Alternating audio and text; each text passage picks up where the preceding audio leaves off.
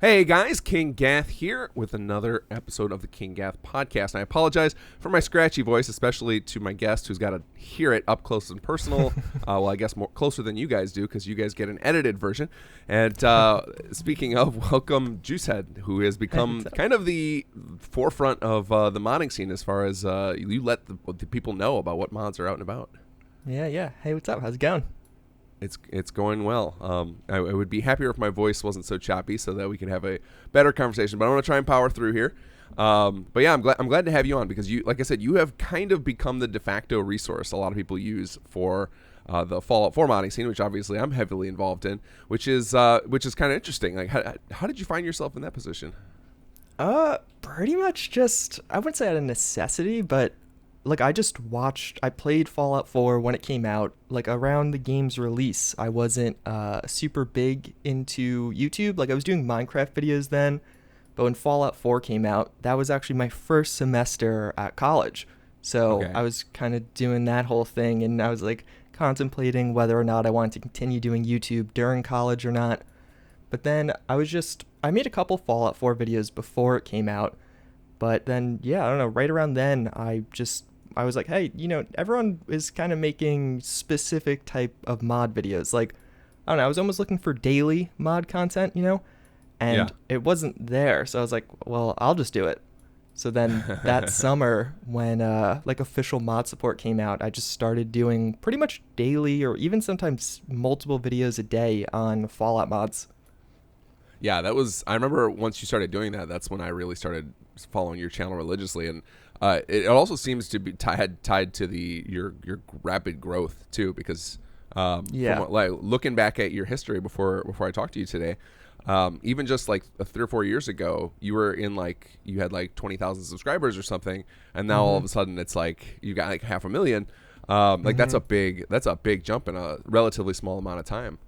Yeah, I mean, I know, because, like, I think I hit kind of my, not peak, but as high as I was going to go as far as the Minecraft scene went. I hit 20 or so thousand, and then I just kind of sat around that number for a long time. But then once I started doing Fallout, it was definitely a big kind of catalyst where I gained a lot of subscribers pretty quickly. Yeah, that's you definitely found your niche, and it's something that it was odd to me that people kind of fell off of that there wasn't enough coverage, because there's a lot of channels that cover Skyrim mods still today. Yeah. But not a lot of people stepped up for Fallout 4, and there were a couple others that I used to watch for it, and most of them just stopped doing it. Like Gopher and Oxhorn stopped covering mods. I remember when the Adpocalypse hit, MXR kind of bailed on it, and a certain people didn't like MXR style anyway. They found it a little distasteful. Type. So yeah, he's definitely going after a certain crowd, whereas your stuff is more just like you're like a news channel almost for mods, which is everybody can get on board with. But yeah, watching that happen was interesting, and yet you were just kind of like the last man standing, I guess, right? Yeah, I mean, I think there's definitely a couple other channels out there, and I know even for a while though, like I think there's actually maybe a 3-month window or 2 to 3 month window where I actually didn't play Fallout 4 at all. That was like right after Fallout 76 came out. I just pretty much focused solely on that game. Yeah. But then as Fallout 76, like earlier this year, as that started to die down and some of the other issues with the game, I just kind of got bored of it. I definitely shifted back into Fallout 4 modding. And then even now, like I'm almost posting every few days Fallout 4 mod videos. Do you find that that's still your, like, okay, first of all, I'm going to address something for the audience. We're not going to just sit here and talk about YouTube views and things like that the whole time. I just find it fascinating, and obviously we all turn to Juicehead for our mod news video. So I'll try and get us past this as relatively as possible, but I do think it's interesting, so I want to talk about it. Do you find that Fallout 4 is your go-to, like your bread and butter still, or is there a fair amount of interest still in your 76 content? Because you still put out at least news videos on 76 periodically. Yeah, I mean, definitely, I think right now, because Fallout 76 is not in a lull, but we're kind of in between DLC waves. Like, there's some stuff coming over like actually this Tuesday, there's going to be a big update. So I might post more around that. But I think with my Fallout 76 stuff, it's more, I guess, situational. Like, when there's news, I'll talk about it. When something happens, but with Fallout 4, I'm pretty consistently just, maybe I'll cover old mods, maybe I'll cover new mods, maybe I'll cover something about, like, the story of the game or the lore of the game. Right. So with basically 76, you're waiting for stuff to come to you. Fallout 4, you're pursuing stuff. Yeah, exactly. Like when I have a day that I don't have some other big news event, I'll go to Fallout 4 and be like, all right, what can I make a video on today on Fallout 4? Sure, sure. And there's plenty to choose from right now. There's so Yeah. many giant mods out there, and then there's a lot of like old mods that are getting big updates too, which is awesome. Like it's good to see people aren't just abandoning their stuff behind. Yeah. There's a guy in our community, Raybo, who every week sends me a list of all the really interesting new mods and the mods that older mods that got big updates from people he tracks, and it's awesome to see that that's still going on constantly. Which I feel like that's actually one of those things that probably doesn't get enough coverage. I think just because sometimes it's hard to find. Because even with, I struggle to find like mod updates. Like even when they are significant, it's not easy to just see, oh, a newly posted mod. You have to kind of dig a little deeper to hear about the update, even if it's a large one. Yeah, I agree, and I've always thought that could be a cool series in itself, like a weekly or biweekly or something, where it was just like, here are the the 3 coolest mod updates or something, because there's definitely a lot of that where if you look at mods like Horizon, which we'll go through, they don't do update cycles like we do. Like with Sim Settlements, we make a big thing out of it. Like it's like, here's an expansion pack. Like we go out of our way to market it. But mods like Horizon, they just do like, it's like the 1.4 update, and it's huge. Like there's so much content in it, and they doesn't make much fun. And like only the hardcore fans actually find out about it. Yeah, that's normally how I find out. Either if they post an image teasing the update, because I tend to look at that, some of like the upcoming mods and the images posted around them. Or if fans of the mod will reach out to me and be like, hey, this update just got posted, you should cover it. Yeah. Well, that's at least there's an outlet now. Anybody listening to this will know that that's an option too for their favorite mods, because I think there are a lot of them out there that are just like silently working away, coming up with new cool features, putting them out, and like just hoping that the people that have already downloaded see and have tracked it and will download again. Yeah. But yeah, there's definitely a need for that. Also because sometimes these mods that are like, I just ran into this recently, and I think you covered it, or somebody did, that I found it from the Stealthy Takedowns mod. Yeah, I did cover that. Yeah, you did cover it. Okay, yeah, that one was one where that mod has existed for a long time. Somebody else did it, but having it reinvented now is a great thing, because they get to tie in with all the community stuff. So they tied it in with Knockout Framework. And yeah, NCM. exactly. Yeah, so like having either having people rebuild old mods from scratch, or to update old mods is actually pretty important, because you can have a more cohesive experience with your modding. Especially, I know a big jump you see a lot of these like kind of Redux mods make is where they have mod configuration menu support or not. Because like MCM came out pretty late into Fallout 4's modding cycle. Like a lot of the earlier, even big mods don't have it. So that's always a nice addition. Absolutely. Yeah, I was a real slow adapter to put MCM support in. Mostly just because it's time consuming, like to do it right. It's not like something you can just sit down and do in an afternoon. I mean, for a small mod you could, but for some of the bigger mods, it's a challenge to get it all in there, because some of the ways they had to do things, I think, don't mesh perfectly with the way we maybe set up our holotape options or whatever. Yeah. So it was just kind of a struggle. But yeah, that one was odd that it was so long. And I think part of that is there are a couple of areas of modding in Fallout 4 in the community where we just have almost nobody who knows how to do it. And one of those is the UI work. Like it was pretty much, it's like only Reg2K and Nyanka know how to do it. So if they're not willing to tackle it, it's like, oh, well, I guess we don't get that yet. Yeah, so, I definitely noticed that. Yeah, it's kind of a bummer, but it is what it is. I mean, one of the things that I'm sure you're heavily aware of, since you're in you're basically in the entertainment business. You're just looking for people to pay attention to what you're doing. Yeah, exactly. Is that you have to be aware of the problem that there's just so much entertainment available right now, and most of it for free, that it's like we're getting all these little tiny niche communities, and it's going to be harder and harder for people to focus on any one thing. Like I mean, like, especially because I get a question a lot. Like, I wouldn't say it's the most asked question, but probably the most consistently asked question. How do you start a YouTube channel, or how do you get popular on YouTube? How do I increase my views? And like, it's, especially nowadays, it's just not an easy question to answer, because there's so many channels offering good content for free. Right. And like, I don't know. And even beyond YouTube, you're also in the same space with A lot of television and movies are Yeah. getting put out there for free or damn near it. I mean, like you look at something like the cost of a Netflix subscription, or if you've already got Amazon Prime or something, and how much stuff they give you for free. It's nuts. Yeah.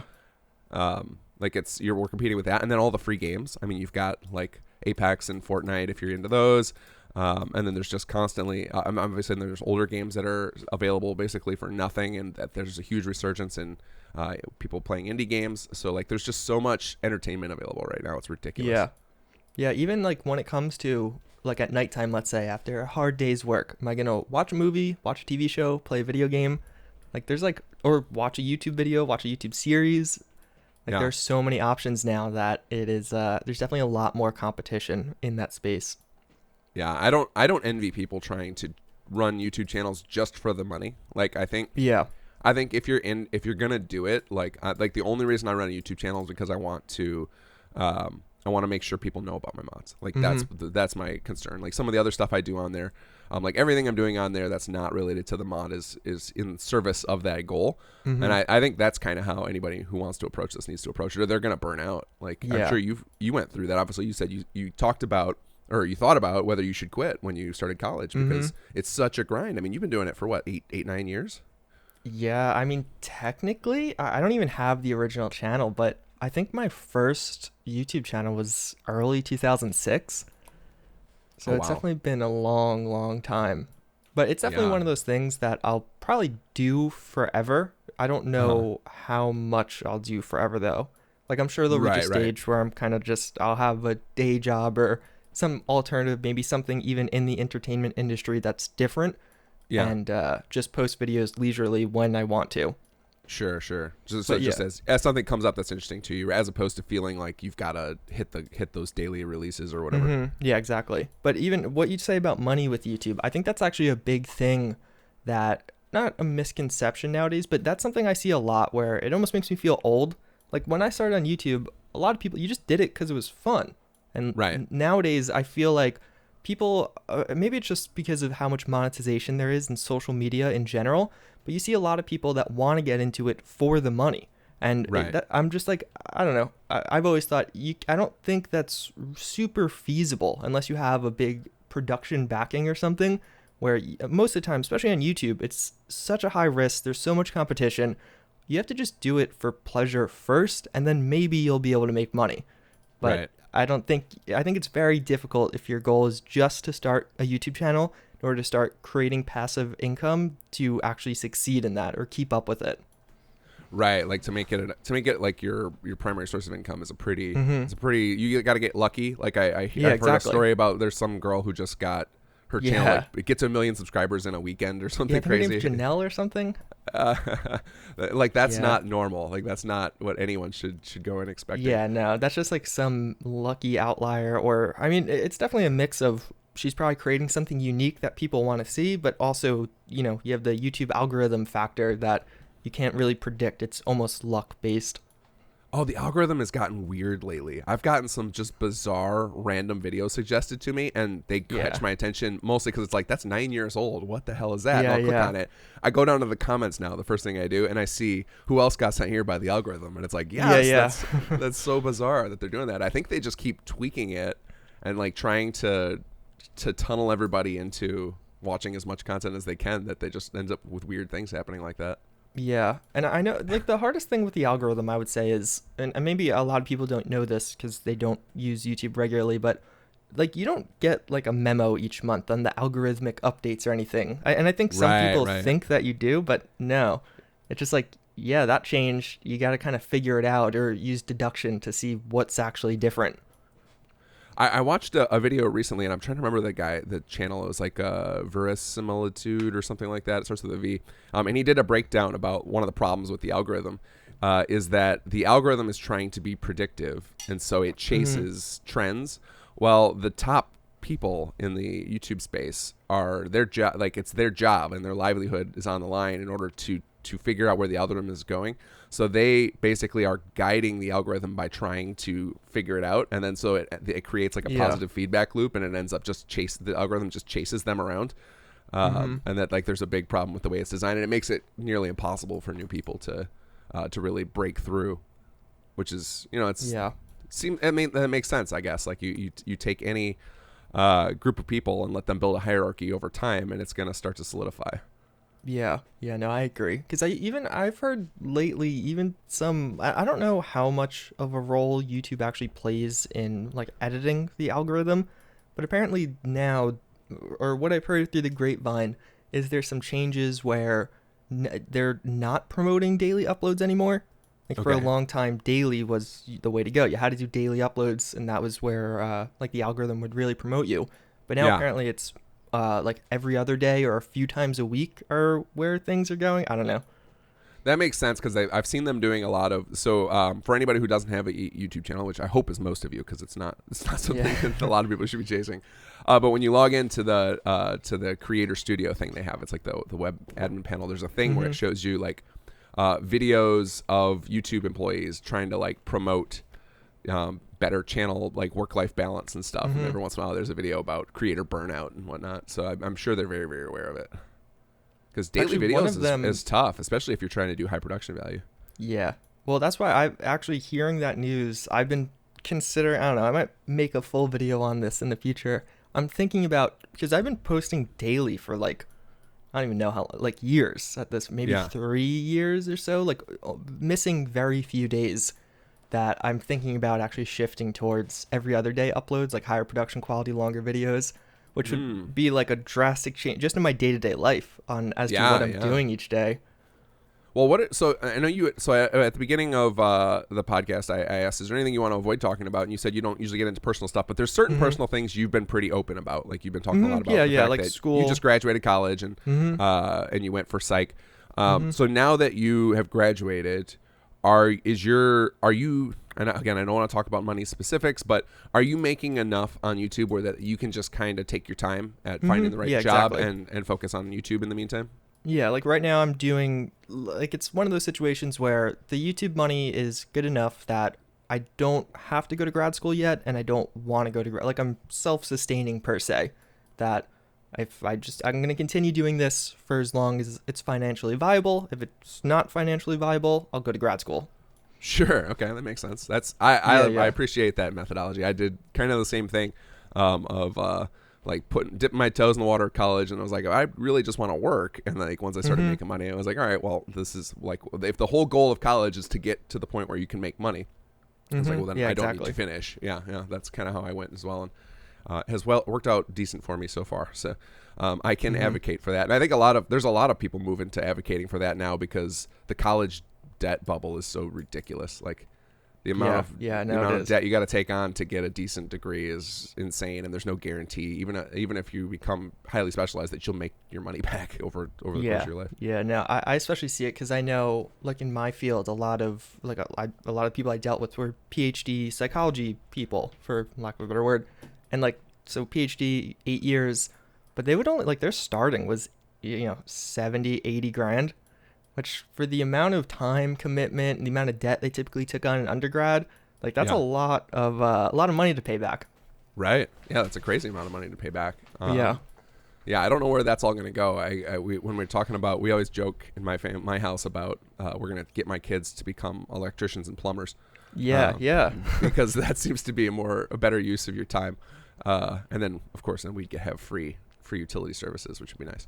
But but yeah, it seems like it's a huge risk anymore as opposed to like a guarantee, which what we were all sold. Like I remember growing up that we were basically it was made seem like we were going to be, if we didn't go to college and graduate, we were failures. And then it was like it's so funny that was the message that was instilled in us, and then now it's all falling apart. But now we're leaning toward we could get into political stuff, which I want to avoid. But I was just curious if the YouTube channel is going good enough and strong enough for you that you can basically ride this for a while, because you seem to have a very, very steady following. And like looking over your history, it's you started out, like you said, you started out in Minecraft. There was actually a point in your history when I was scrolling through to get a feel for what journey you had went on, where you got obsessed with a mod.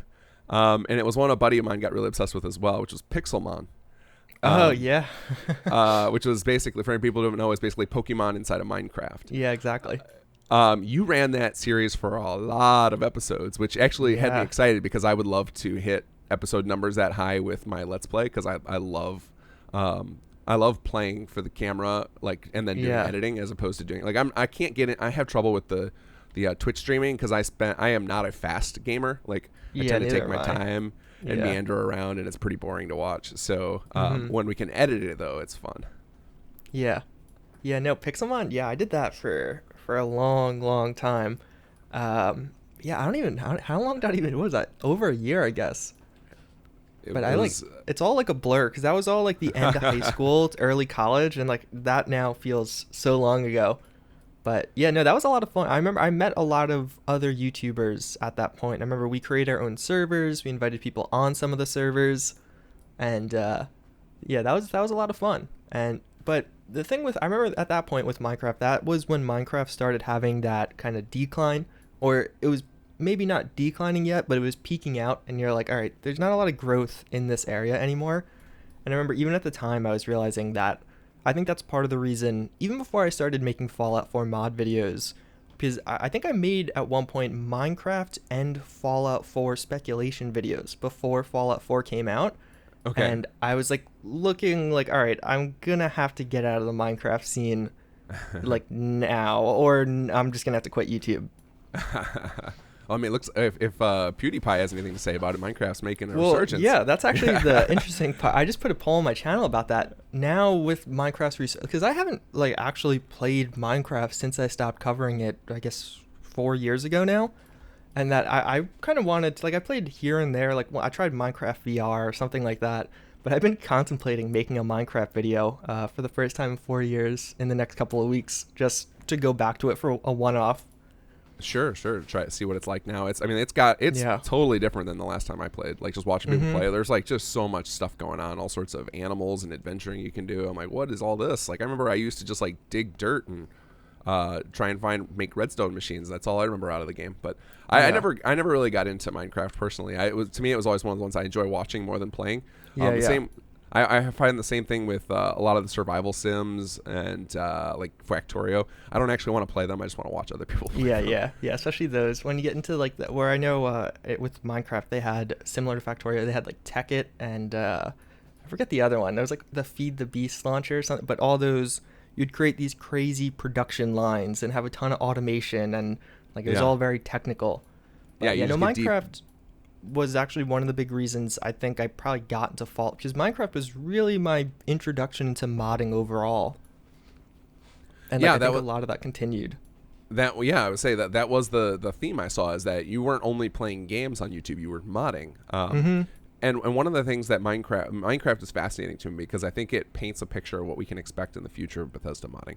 So Minecraft did something that I think is very smart if you want to continue to grow your modding scene, which is they have introduced Modpacks. Now, Modpacks are very controversial because what tends to happen is that smaller mod authors and even bigger mod authors end up getting overshadowed by the people who create the Modpacks.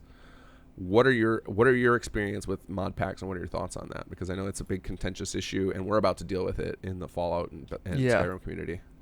Yeah, I mean, I think just that issue in particular, because I think because I developed my initial YouTube following and really just I grew up playing Minecraft, like even just as a person, like it's very, very interesting to see the difference in culture that you have in the Fallout modding scene versus the Minecraft modding scene.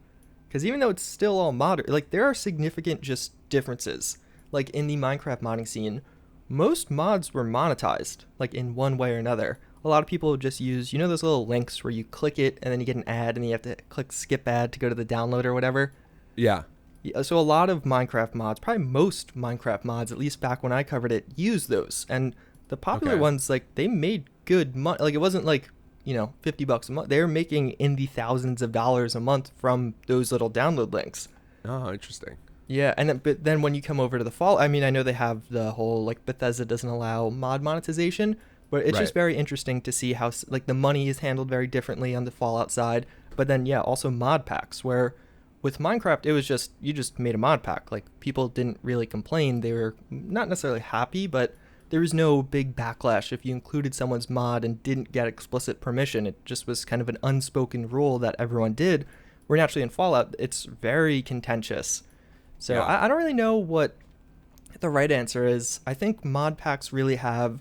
I think it's one of those problems you could see both sides. Where let's say I'm just a regular person that plays Fallout every once in a while. I don't want to spend over an hour or even 10, 20 hours getting my load order in order. Like I just want to be able to download a mod pack, easily jump into the game. And I think on one side you have the accessibility argument that mod packs will make modding a lot more accessible to everyday users.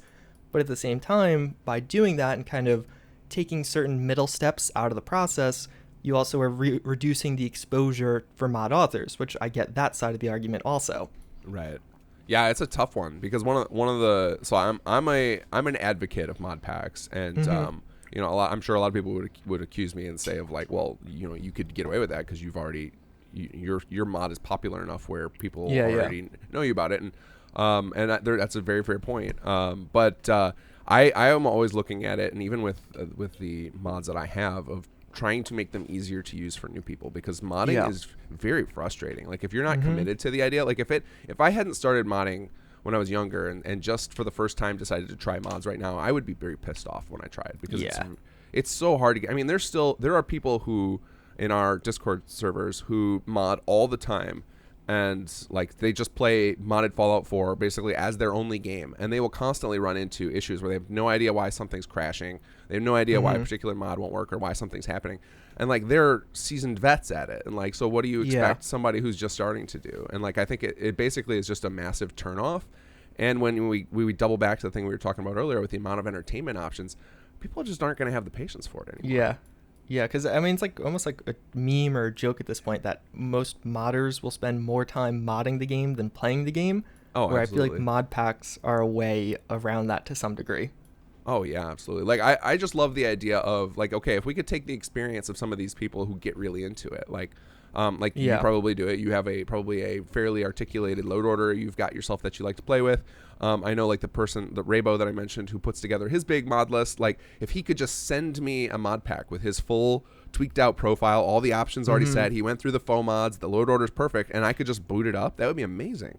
Like, even though I'm experienced, sometimes I don't even want to deal with it. Like, I'm a mod author, and I just sometimes want to play the game, try people's mods out, but I don't have time to go through and deal with the headache. And so, like, if I could just click a button and have 150 mods installed and it was a tailored experience, that sounds amazing.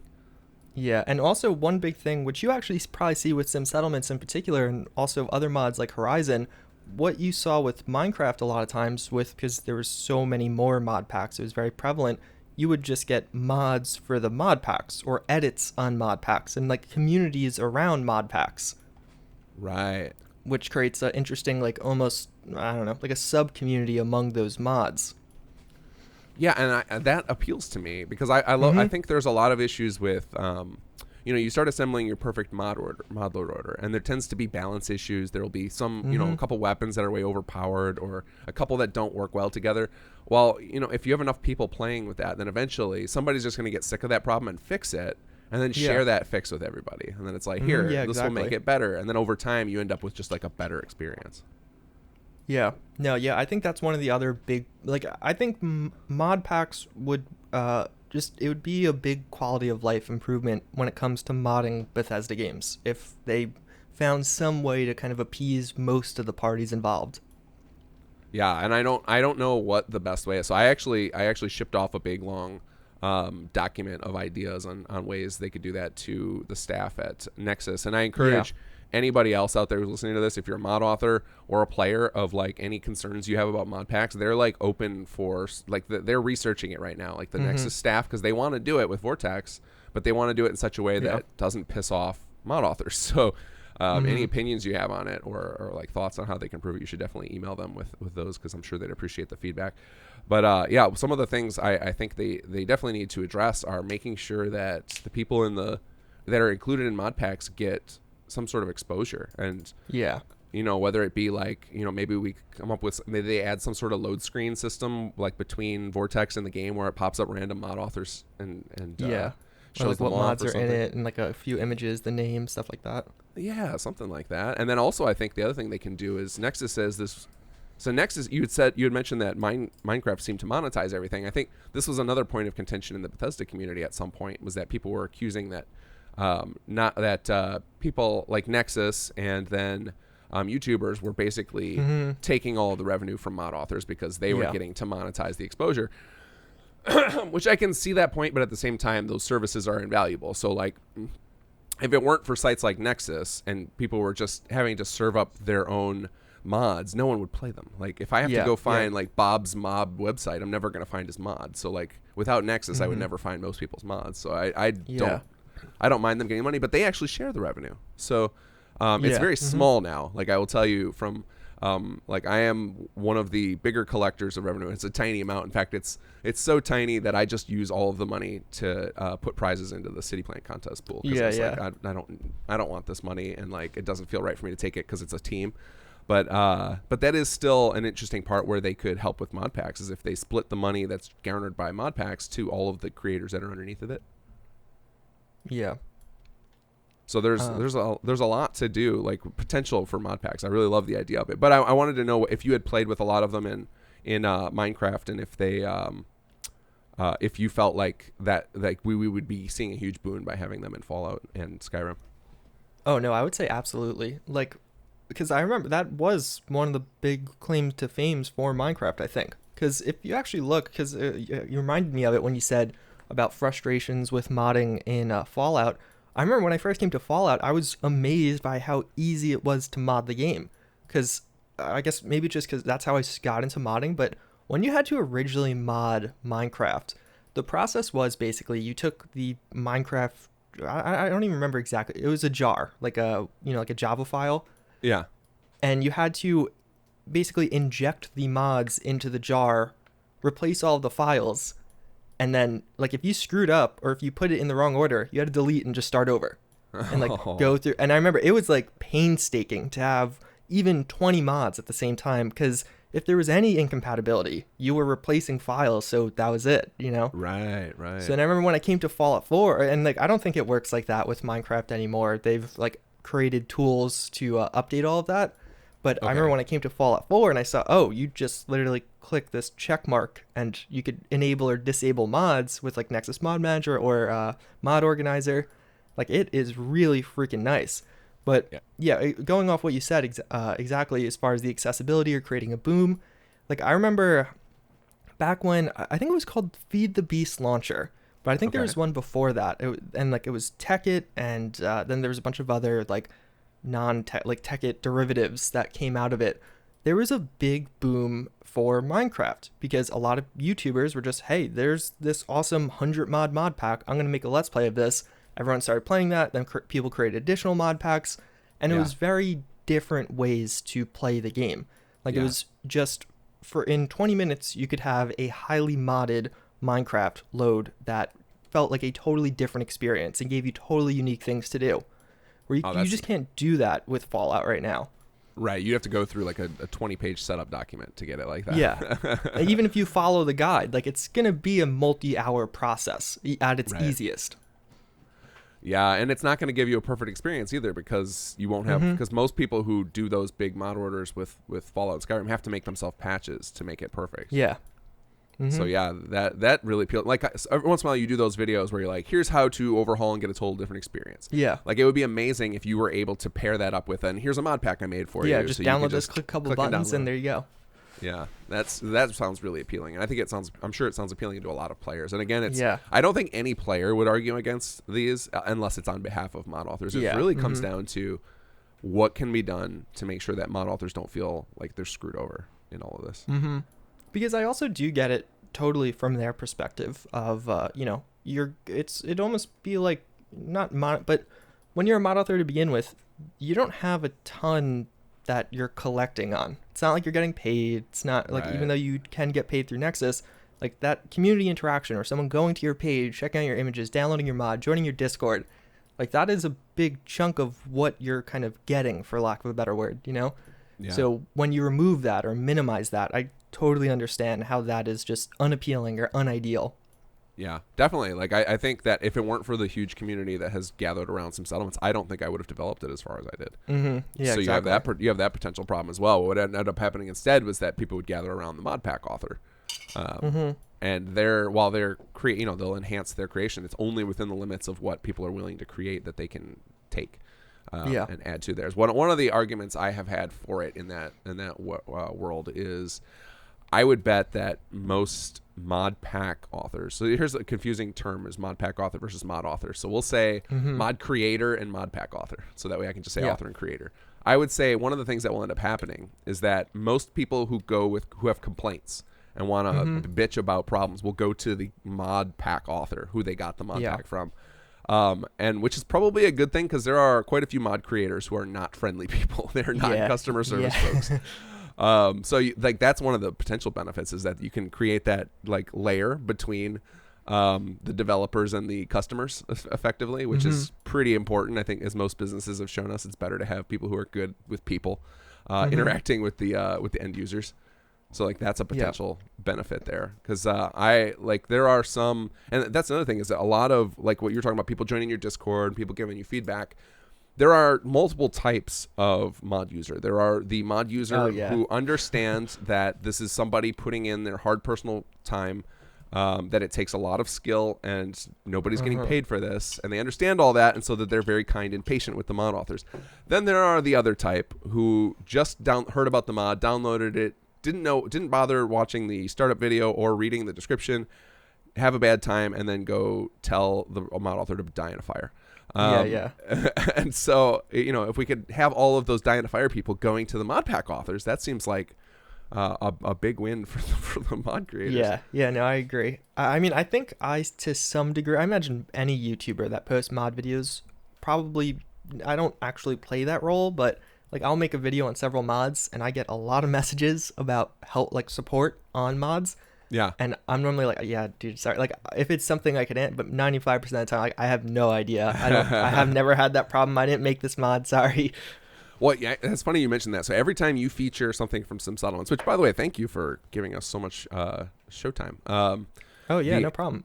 Every time I see one of our things pop up in videos, the first thing I do is go read your comments, because inevitably there's somebody who's going to have something to say about the mods that were in it. And so I'm looking for some settlement stuff. And lately, one of the things that's got me is that there's always a comment right at the top whenever you talk about Conqueror. One of the top comments is always, who can play this without crashing? And it's got a bunch of likes. I'm like, oh, Jesus. Like stuff like that, I'm sure will happen to mod pack authors. But I don't know.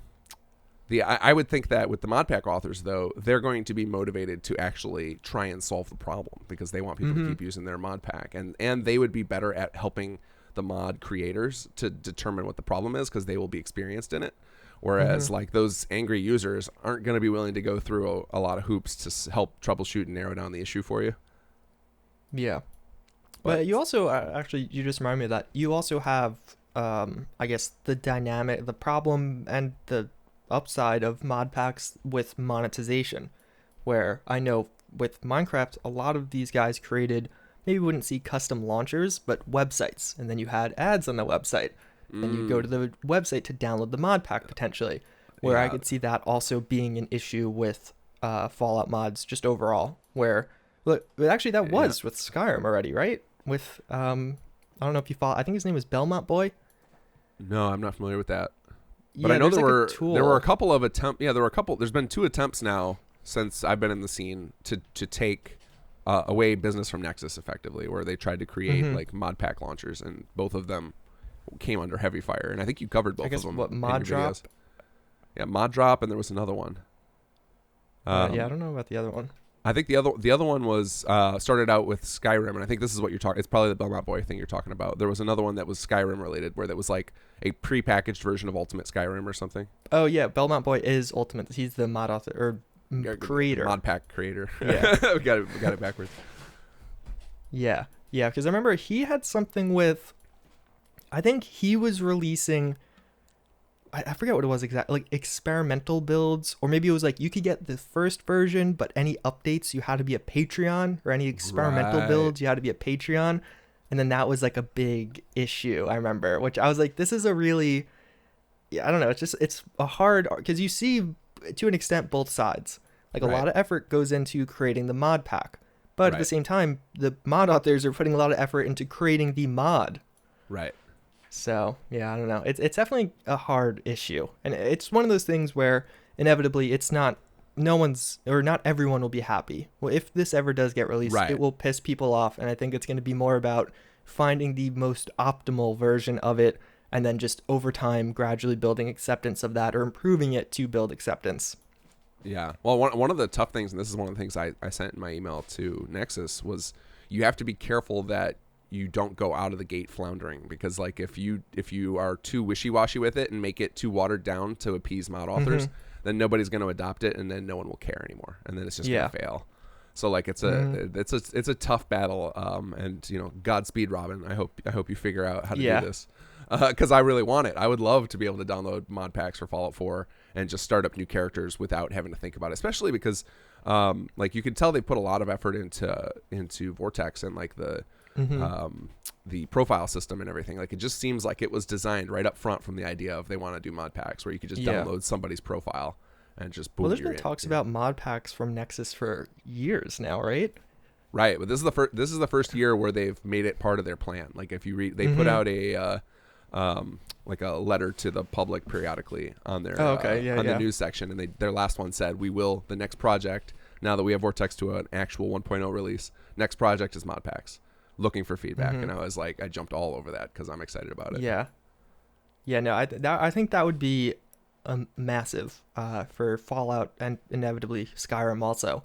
Like I think it would just get a lot of, I think it's one of those things where you appeal to the casual user. Like maybe a lot of hardcore modders or people that regularly mod their game things won't be super different because they still want to be able to tweak things. But for like just some random dude that's kind of interested in Fallout, the likelihood of him playing the game and then becoming invested and actively following that community and potentially donating or visiting websites, joining Discords goes way up.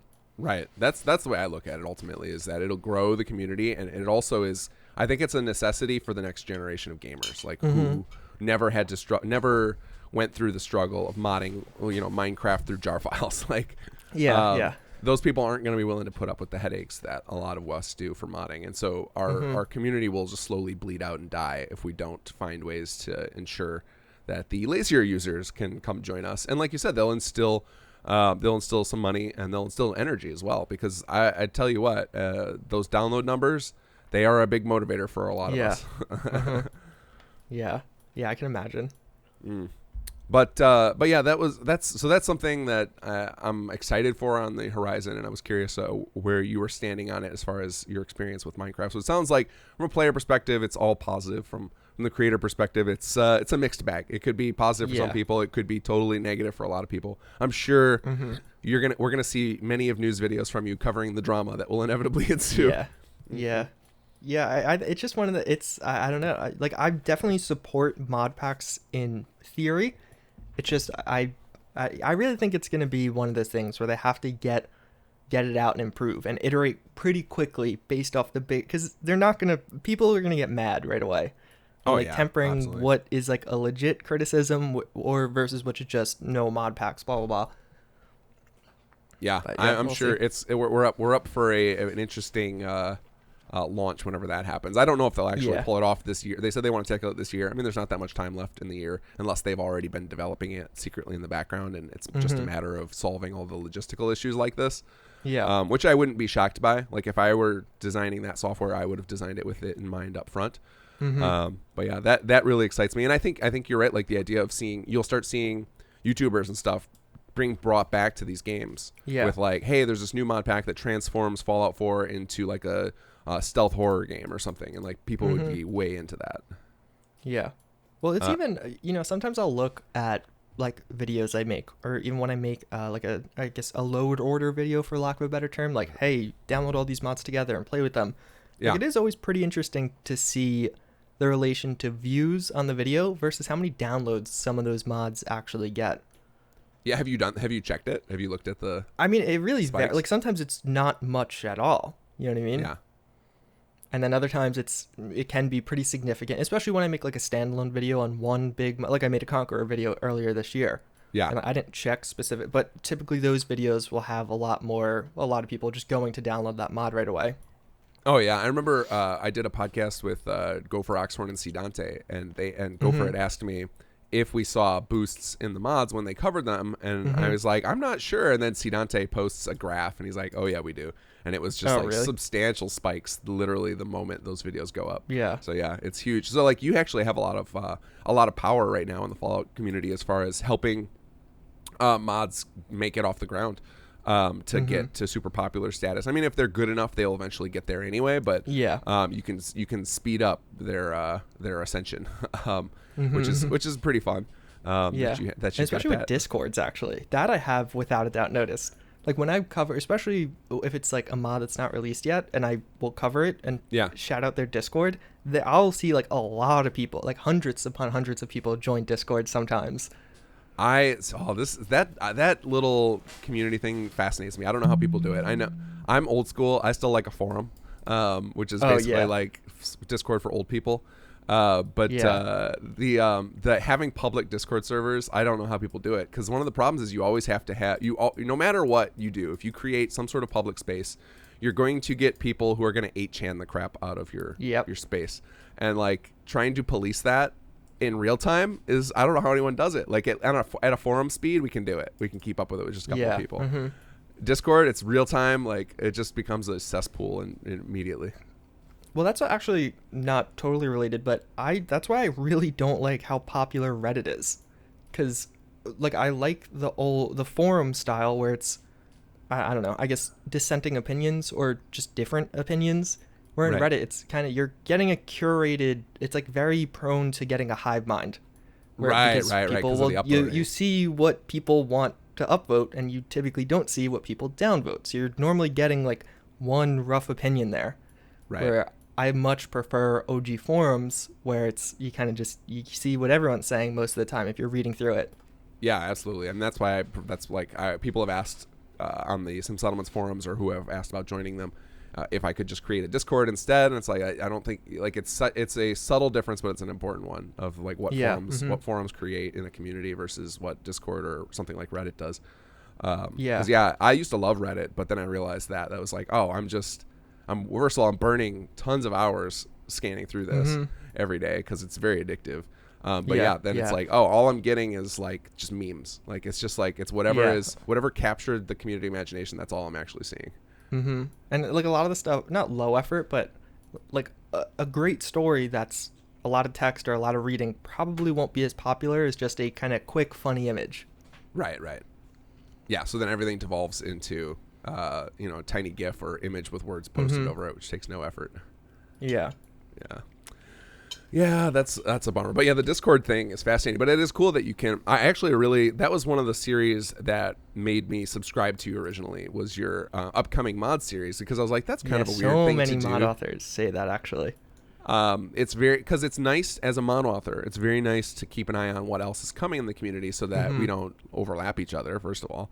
Because that's brutal, is when you're you're working on something for a long time and then somebody else releases something. Like I'm pretty sure Depravity, I'm pretty sure Thuggy Smurf probably saw Conqueror come out and was like, oh Jesus Christ, did he just do what I did?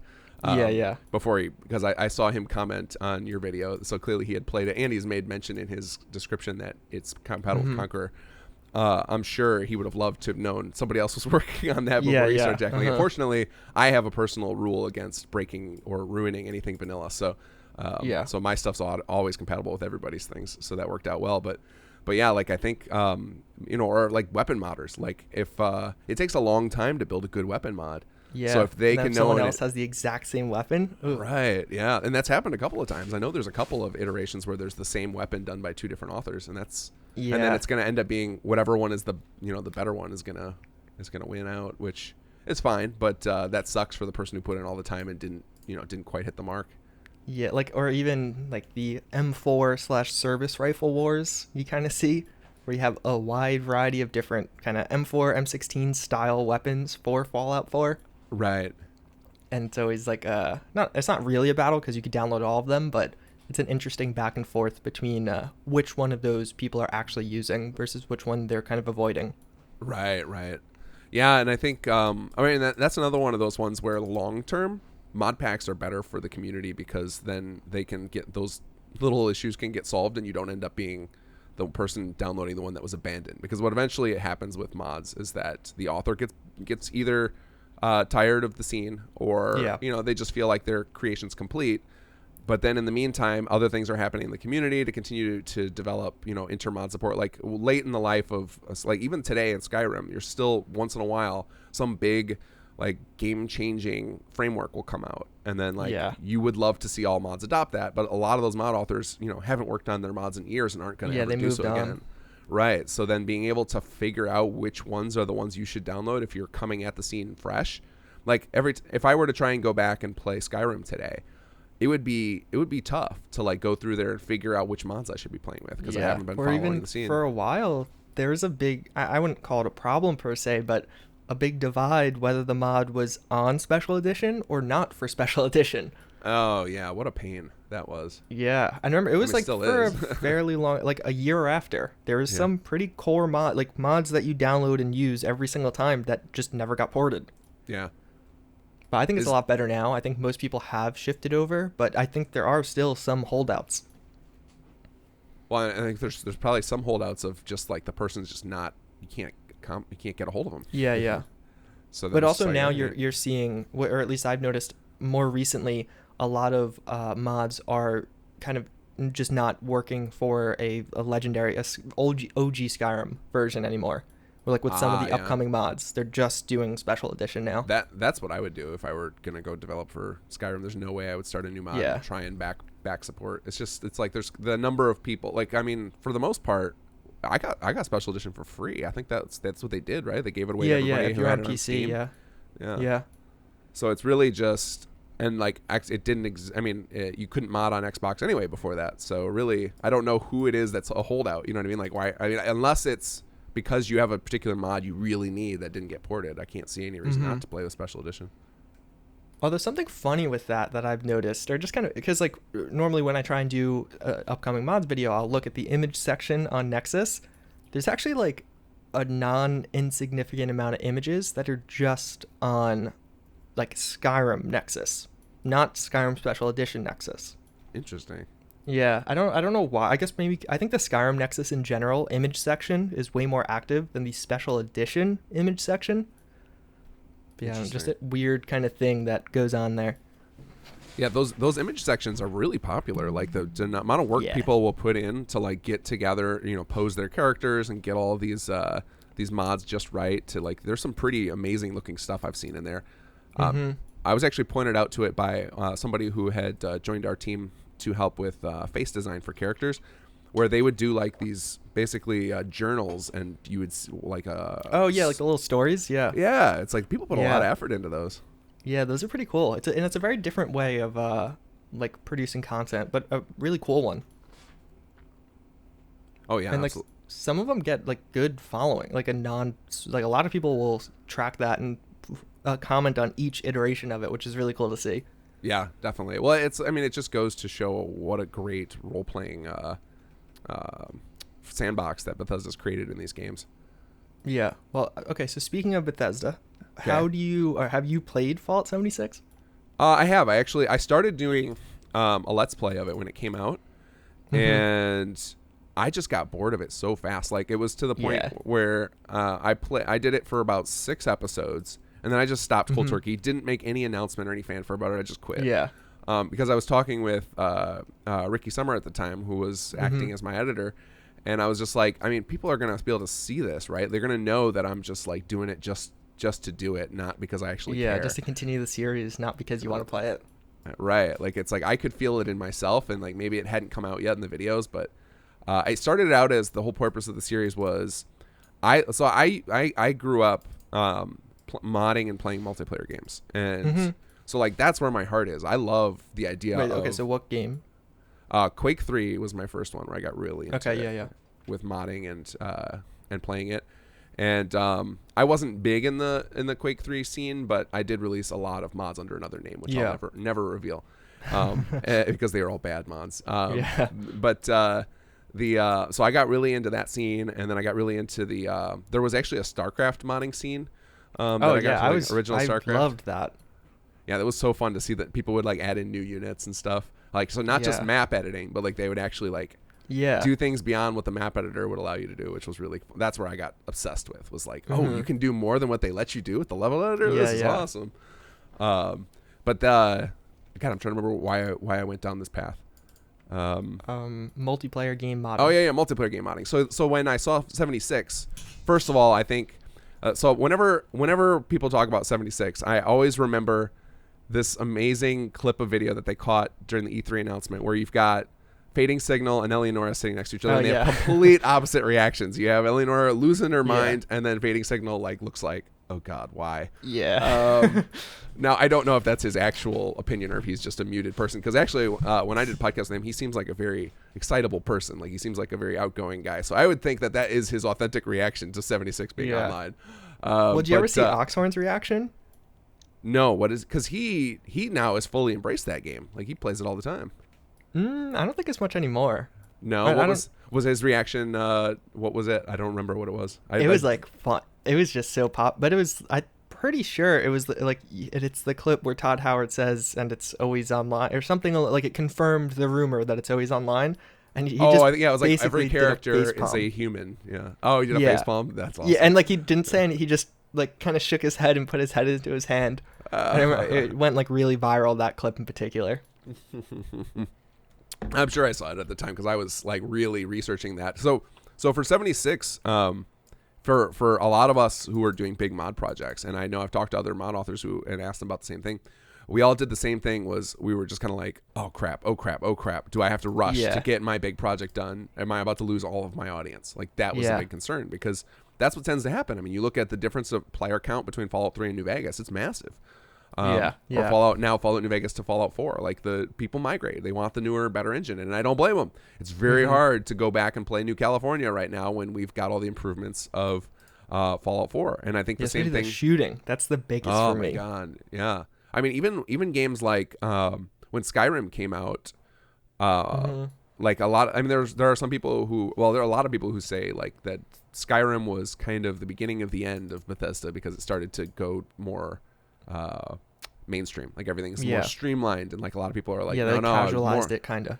Yeah, no, we need more Oblivion and Morrowind style. I tried to play Oblivion a couple of years ago because I was in the heat of a World of Warcraft addiction when that game came out, so I never gave it a fair shot.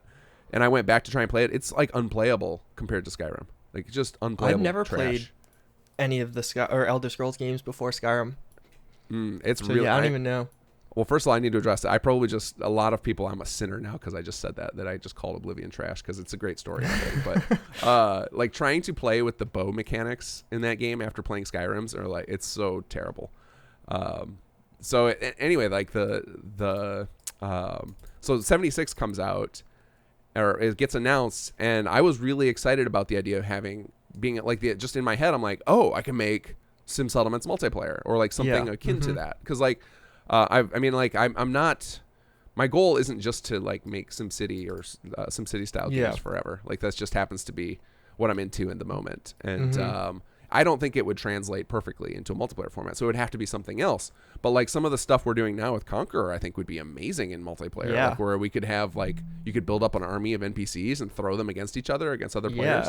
That would be incredible. Little mobile games that where you could do that. Recreate a little settlement, then you attack someone else's. Yeah, like Clash of Clans style. But yeah. In the Fallout universe, that seems amazing. I could get on board with that. So I was like, all right, I'm gonna play 76 so that I understand the game, because you can't really effectively mod a game if you don't play it. If you don't like the game, you're modding. You have no idea what the strengths of the game are, so it's really hard to make modifications to it. So that's what my goal was. Then I started playing it, and I was like, this game sucks. So then it became. My Let's Play became, all right, we're going to critique this game, and we're going to talk about why I don't like it. And I could only do that for 6 episodes. So 20-minute answer to your question. Yes, I played 76.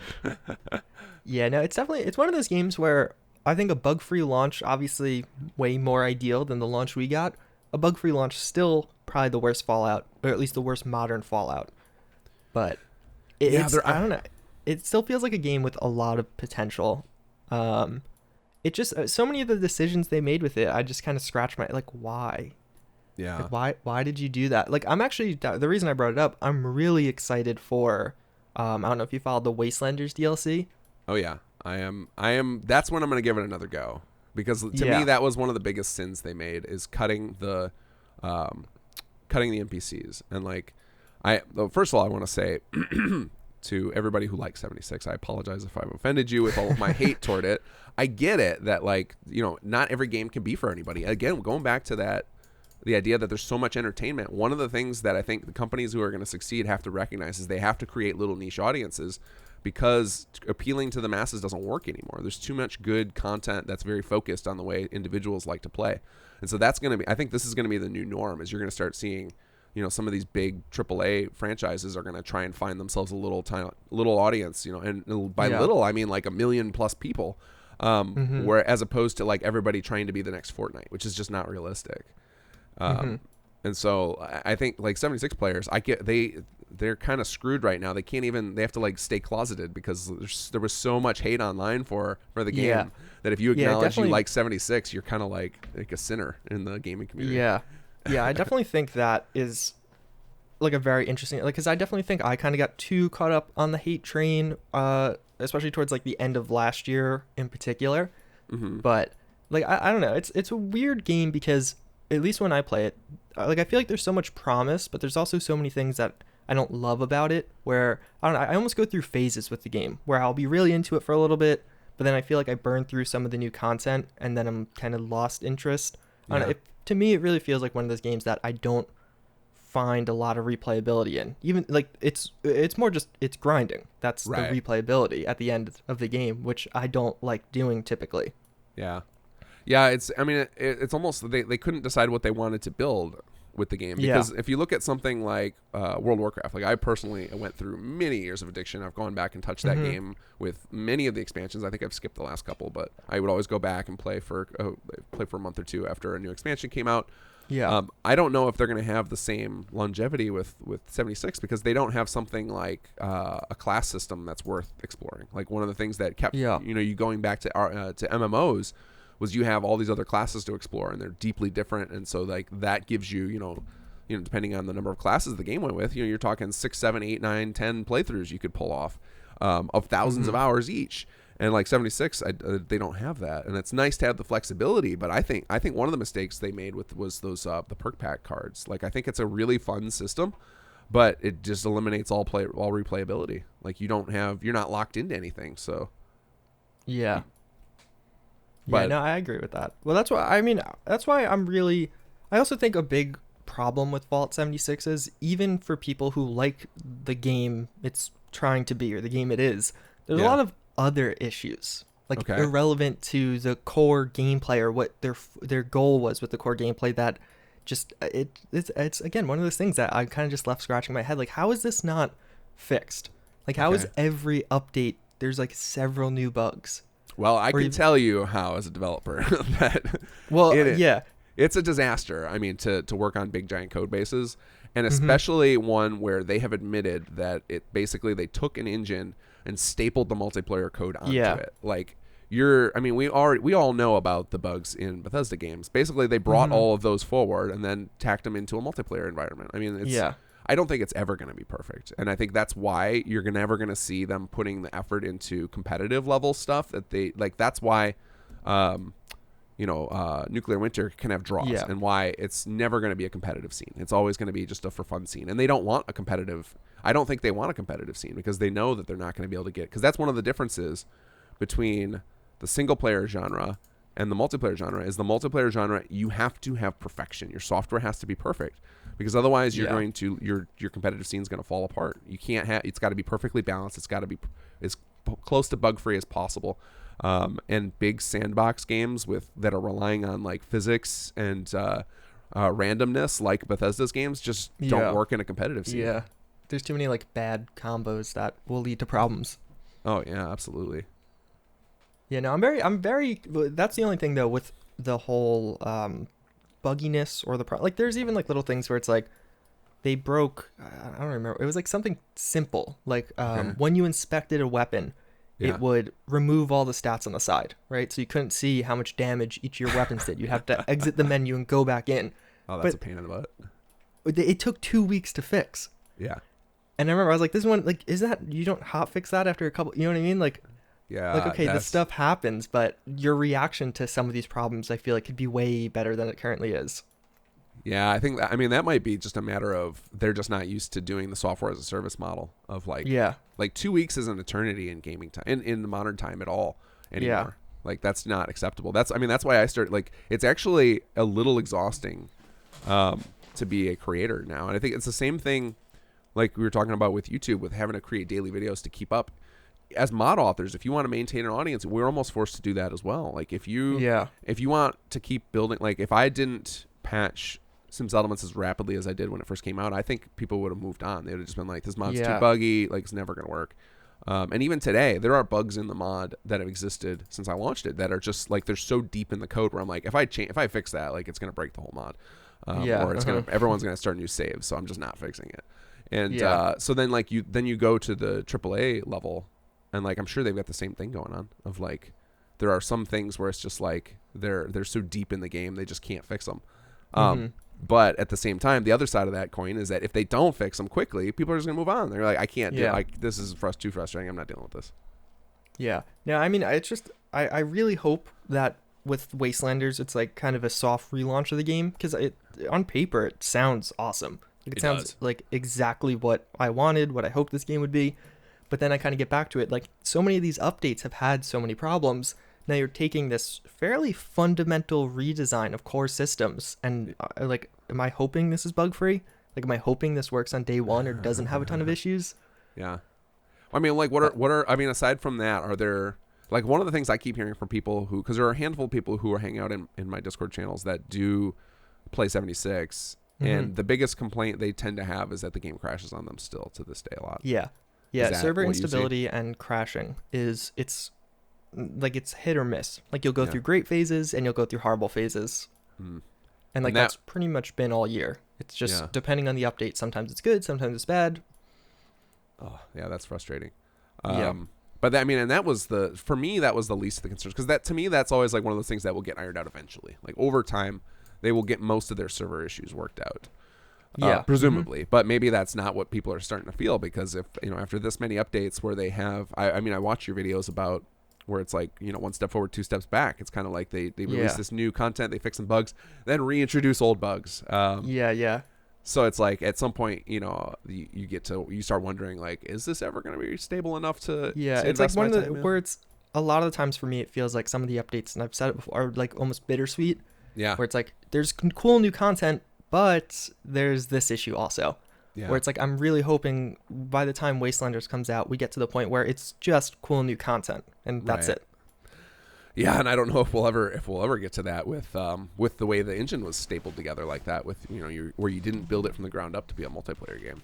Like it's two engines basically combined together to make this Frankenstein. Because that's something, one of the things that single player has an advantage of, or offline games, is that you can have, or like in the modding scene we do this, is like we leave our old versions up all the time. So then if somebody has a better experience with an older version, they can keep that. And this is something that even single player games are starting to go away from now that like platforms like Steam are doing forced updates, where maybe you release a patch with some cool new content or some DLC. Well, if it breaks or bugs out the game, players are losing the option to roll back. I mean, at least with some single player games, you can still roll back or just hold off on the update. But with multiplayer, that's not even an option. Yeah, well, even tying that back into, I don't know if you follow or how closely you follow the Minecraft mod scene, but like, I don't know, at least when I played, a huge chunk of the mod scene was on like a significantly older build of the game. Right. Because barely any every update broke the mods, everyone had to update their mods, and like, I know 1.7.10, which now must be 5-6 years old, was like, that was the modded one. Or you could play the updated version of the game, you could play the heavily modded version of the game. So like that was like the golden age where exactly, literally that was when like all the YouTubers were doing it, and 1.7.10 was the modding one, and then some people updated to 1.8.1. that was like the next significant update, but I don't think that ever I think even still 1.7.10 is like what most of the mods, because I don't think a lot of people stuck with the game and updated their mods. Right. Yeah, that's definitely a concern there. I mean, that's an argument for the forced updates, is you want to make sure you keep everybody on the same version. But man, is it frustrating when you have something working perfectly well and then you log in one day and it's all broken. Yeah. Yeah, I don't know what the solution there is. I personally would love to see some laws on the books that make that illegal, because now Windows has started doing it. So Microsoft now has this thing I've recognized on my computers, is that if you do not update Windows, it starts throttling your bandwidth, which is insane that they can do that. Like, I don't know how that's legal, but I can tell it's happening because it happened to me this morning. I had to update this computer. And I could tell because I thought for a minute, oh, maybe it's just Comcast being Comcast. Went to my other computer that does have the latest updates, totally fine. And this happens, I've repeated this the last 3 or 4 Windows updates, but they throttle your bandwidth if you don't update Windows. It's insane that they can do that. Apparently, that is actually pretty crazy. Apparently, it's a thing with the Home Edition, because that's like the freebie edition that you get with a computer. Yeah, you buy. not the Pro one. Yeah, the Pro, I don't think they do that, but I think that's their way to get you on the. And they probably figure I bet they figure you can get away with it. And this might be conspiracy theory, maybe, but the last 3 Windows updates, it's happened on every computer for me. I'm like, that's a pattern. It feels pretty real to me, and I've tried looking up to see if it was real or not, but I haven't got. Because that's the type of thing you would see like conspiracy theory videos going up for. Yeah, definitely. About it, but I experience it in the last few times, so maybe I'm just ahead of the curve in noticing it. But I'm not. I'm not in the mood to make rumor videos. That's not. It's not what my channel's all about. But yeah, the versioning thing is kind of weird with that. But I am hopeful for the Wastelanders DLC. But I'm questioning whether they can deliver a satisfying experience in the time frame that they set out for themselves. So they basically. Well, the only thing with that. Oh, go ahead. I wouldn't be shocked if that's well underway. For like a while now. Right. Well, from some of the interviews that I've seen with what's his name, Jeff Gardner is the. Yeah, Jeff Gardner, yeah. Is that it sounds like they didn't decide to do the NPCs until after they got community feedback, which means the most time they could have put in it. If they started out like the day after launch or the day after the beta where people were pissed about it, or the day after or let's say they did it like they started on it day 2 after E3 when it was announced and people were like, oh no, this isn't going to work. Even if they started at that, then they've had just over a year. Yeah, I would guess probably February, March. If I was putting a rough estimate. Right. So obviously they are professionals at it and they know their tools and they can rapidly develop. But doing a good story with all of these voice characters and like coordinating that effort is not a small ordeal. Yeah. I mean, I know the one thing with that it sometimes gets a little confusing because I could talk for a while about the team size, development time.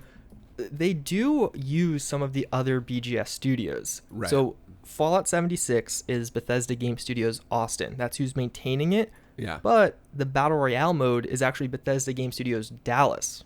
Gotcha. So it's possible they're like, all right, Maryland, we need your expertise here. Can you come in and make us a story mode? Please help. Yeah.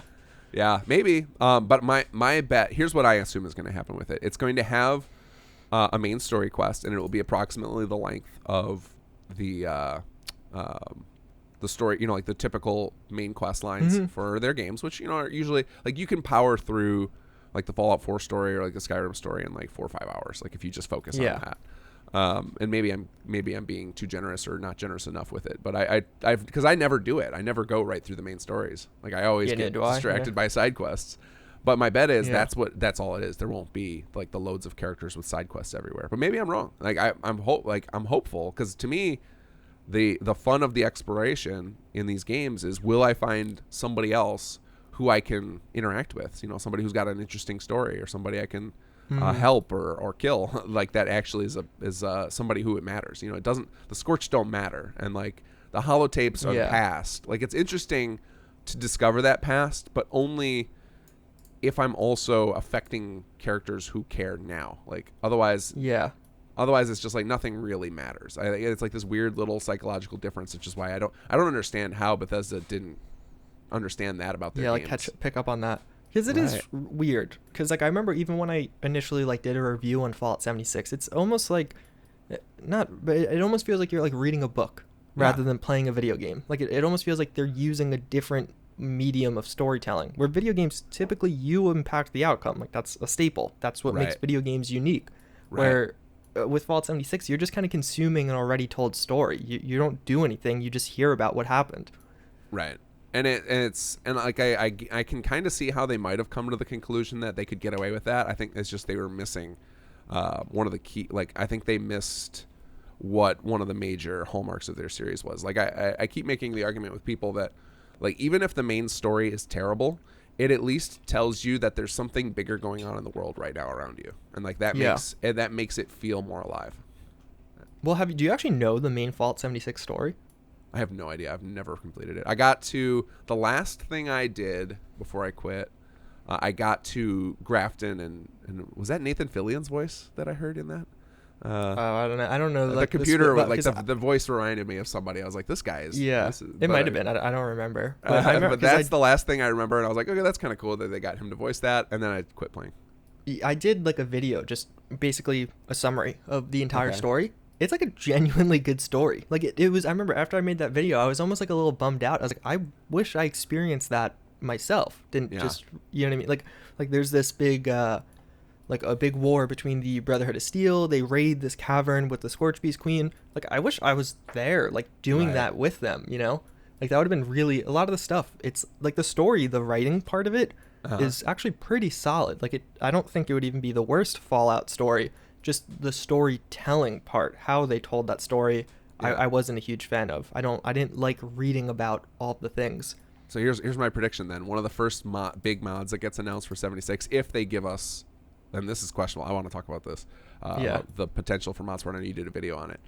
If they give us the full tool set we need to do proper modding, one of the first big projects that gets announced is like Fallout 76 Year 1, where you actually get to, because you could just take all of the lore and story writing that Bethesda already did, and then the just voice use that and stuff. Use that as your out. Well, maybe not the voice lines, because they're all going to be distorted for holotapes. Well, maybe not, because the way they did it for Fallout 4 is the holotape distortion is added in an in-game effect, so all the voice lines on holotapes are actually perfect condition. Yeah, that's how it is for Fallout 76, I'm pretty sure. But even then, a lot of those are all done in journal style. They're passive. They're not like talking to the player. But still, it gives you at least like an outline for a story. Like, you know all the beats, you know all the side quests, and then you're just like, okay, now I just have to build character faces, write little story arcs for them. It would be a huge project. Like, I'm not saying it would be easy. But even like a lot of the world space is there. Right, the world space is all there, and then you've got your story done for you, and it's done. It sounds like pretty professionally. So really, then you're just like some of the harder parts are done for you. Yeah, it'd really just be focused literally just around NPCs and dialogue and putting them in the right spot, and then crafting some of the major events. Yeah, like it wouldn't be a small order, but I can tell you from developing quest content in Bethesda's game world is a lot faster than doing new world spaces. Like, that's why we're able to do like big Conqueror quest updates so quickly, because we don't have to build the whole world space. We just take advantage of what Bethesda already did. And also, just like as an aside, I know one of the weirdest things about the Fallout 76 story, and I realized this after I made the video, you know, you could just like, technically there is like a linear path you should go through the story where it makes sense, but the game doesn't make you do that. Which to me almost seemed like, I don't know, the way they formatted it was really weird. Like, technically you start with the Overseer, then you go to the Responders, then you go to the fire team of the Responders, then like the Raiders, then the Brotherhood of Steel, blah, blah, blah. There's like an order you're supposed to go. If you go in that order, the story makes way more sense. Interesting. But let's say you just walk next to this quest objective for the Brotherhood of Steel, you could just start the Brotherhood of Steel story there, and then you just cut through like 2, 3, 4 other quests. Oh, really? So it's not... Yeah, I thought everything was gated behind the Overseer stuff, but that's not the case? No. Like, yeah, you could just... I think it's technically each faction has their own quest. So, like, you could start the Raider quest line at any point and then do that whole quest line. Oh, interesting. Yeah. Which I remember if you were to follow the Overseer stuff, does it naturally lead you through the progression in the correct order? Yeah, every quest will lead into the next quest you're supposed to. And like, even story-wise, like following the Responders, the Responders guy went over to the Raiders area and tried to get help from the Raiders, and that's how the story goes. But you don't have to do it in that order. Like, technically, you could have completed the Raider quest line, then done the Responders quest line. Huh. I mean, I guess that's good for the Bethesda feel of, like, you know, you want to be able to do things in whatever order you want, but but yeah, it does sound like then I'll have to keep that in mind when if I try to come back and do the Wastelanders, is to just play it. It just play made it in the whole order. Story. It makes it very like weird. The way you, because then you're like, oh yeah, I did that a while ago, and now I'm doing it. Like, this is when I should have done it. So good writing overall. It's just a matter of, it's a shame you didn't get to Yeah, live no. through it. Like, the main story was definitely solid, especially a lot of the Enclave stuff. Like, the actual Enclave backstory, what happened in the White Springs bunker and all that. It's like a cool story. Huh. I'm really curious. I would love to know like what influenced them to make the decision to be like no NPCs. I wonder if it was a technical limitation that they're like, oh, we can story our way around this. You know, if it was like, you know, NPCs are going to cause all these problems of like what happens if the player nukes a quest area, what happens if, you know, like do we allow people to kill these NPCs?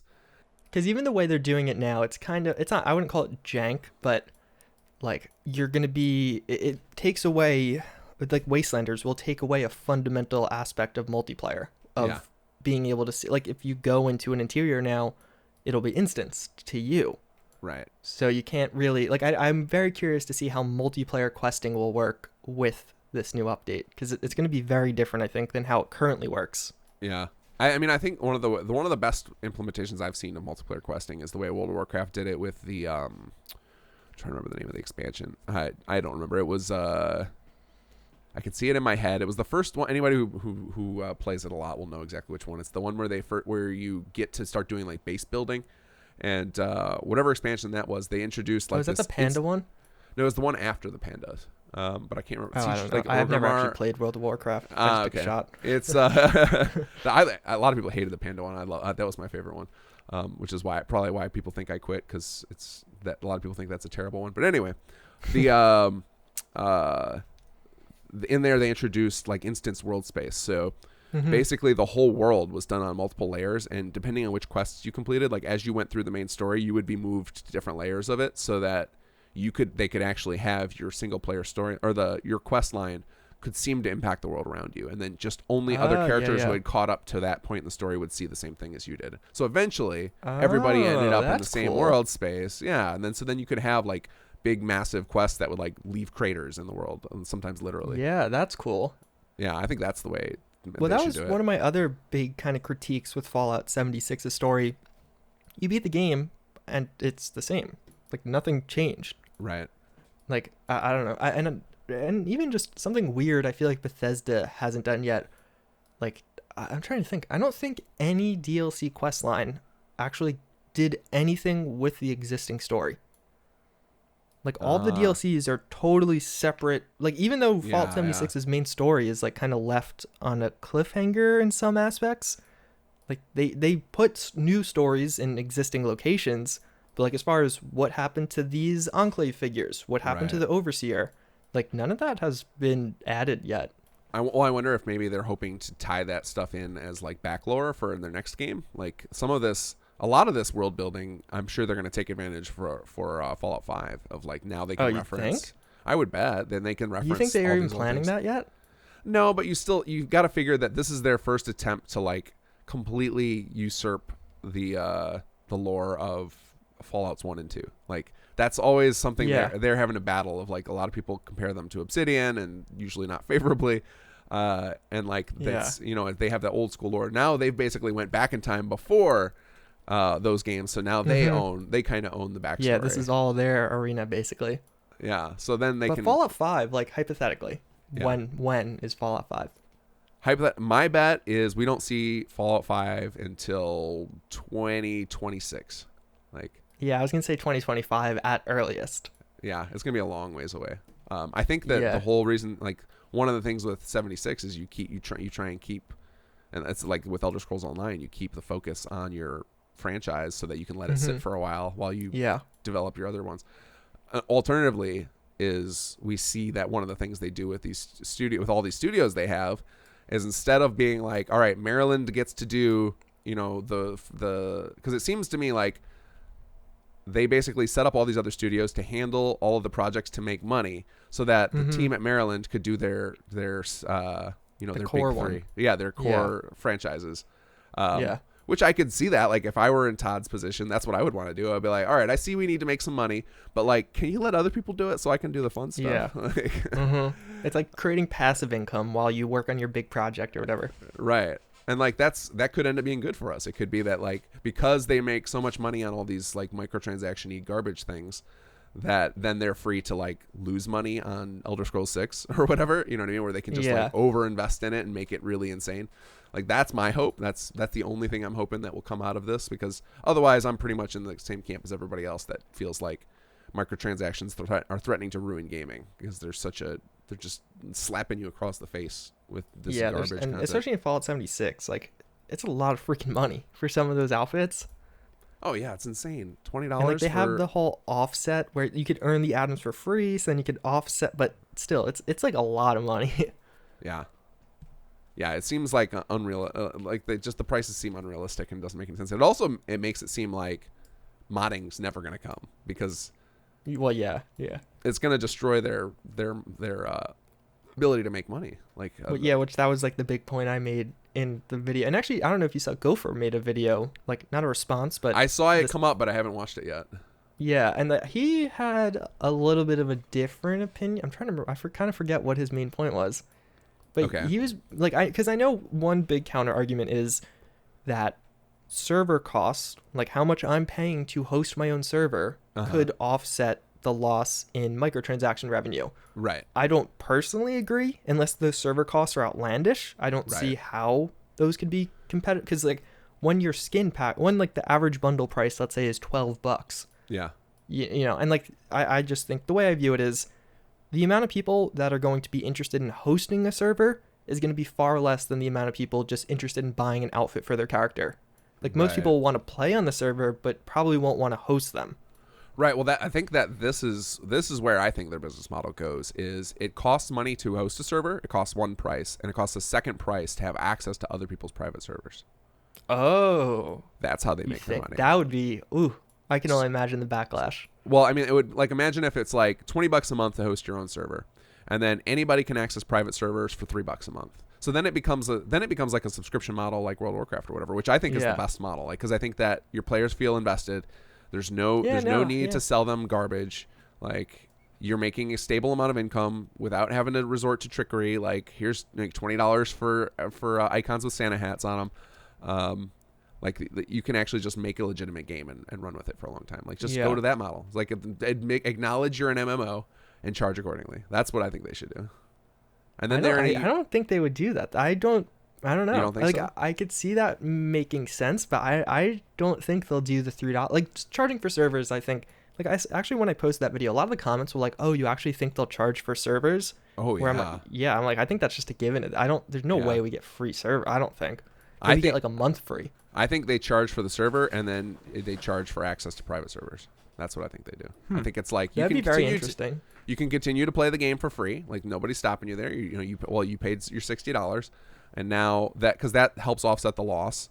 And I think that if a good mod comes out, and like you can go play with your friends on it, then like what's $3 a month or whatever their number is. Like, I don't know, but see, like that I think that'd be big, especially you have to consider like console audiences where they're younger and they might not just have an easy way to throw $3 a month away. Well, they do. It's their their Xbox Gold account or their PS4 money. Like, it's all just like tied to a credit card on their system. Like, that's the thing that I see happening in the games industry, which is really disgusting, and it's making me I'm more aware of it now as a parent. Is that really they're basically pulling the cereal industry thing. They're advertising to children, knowing that the children have no sense of value. And I know that like there's some people at the company that aren't doing this, and it's not like every developer is like a creep, but like at some level, if they were to take a step back and look at their business model, they're preying on children who have no sense of a value of money and just want shiny things, and that's what this is all about. And I think also, like, for a lot of it, it's like, all right, if my kid's nagging about something, just giving them the $5 to appease them is most of the time going to be worth it.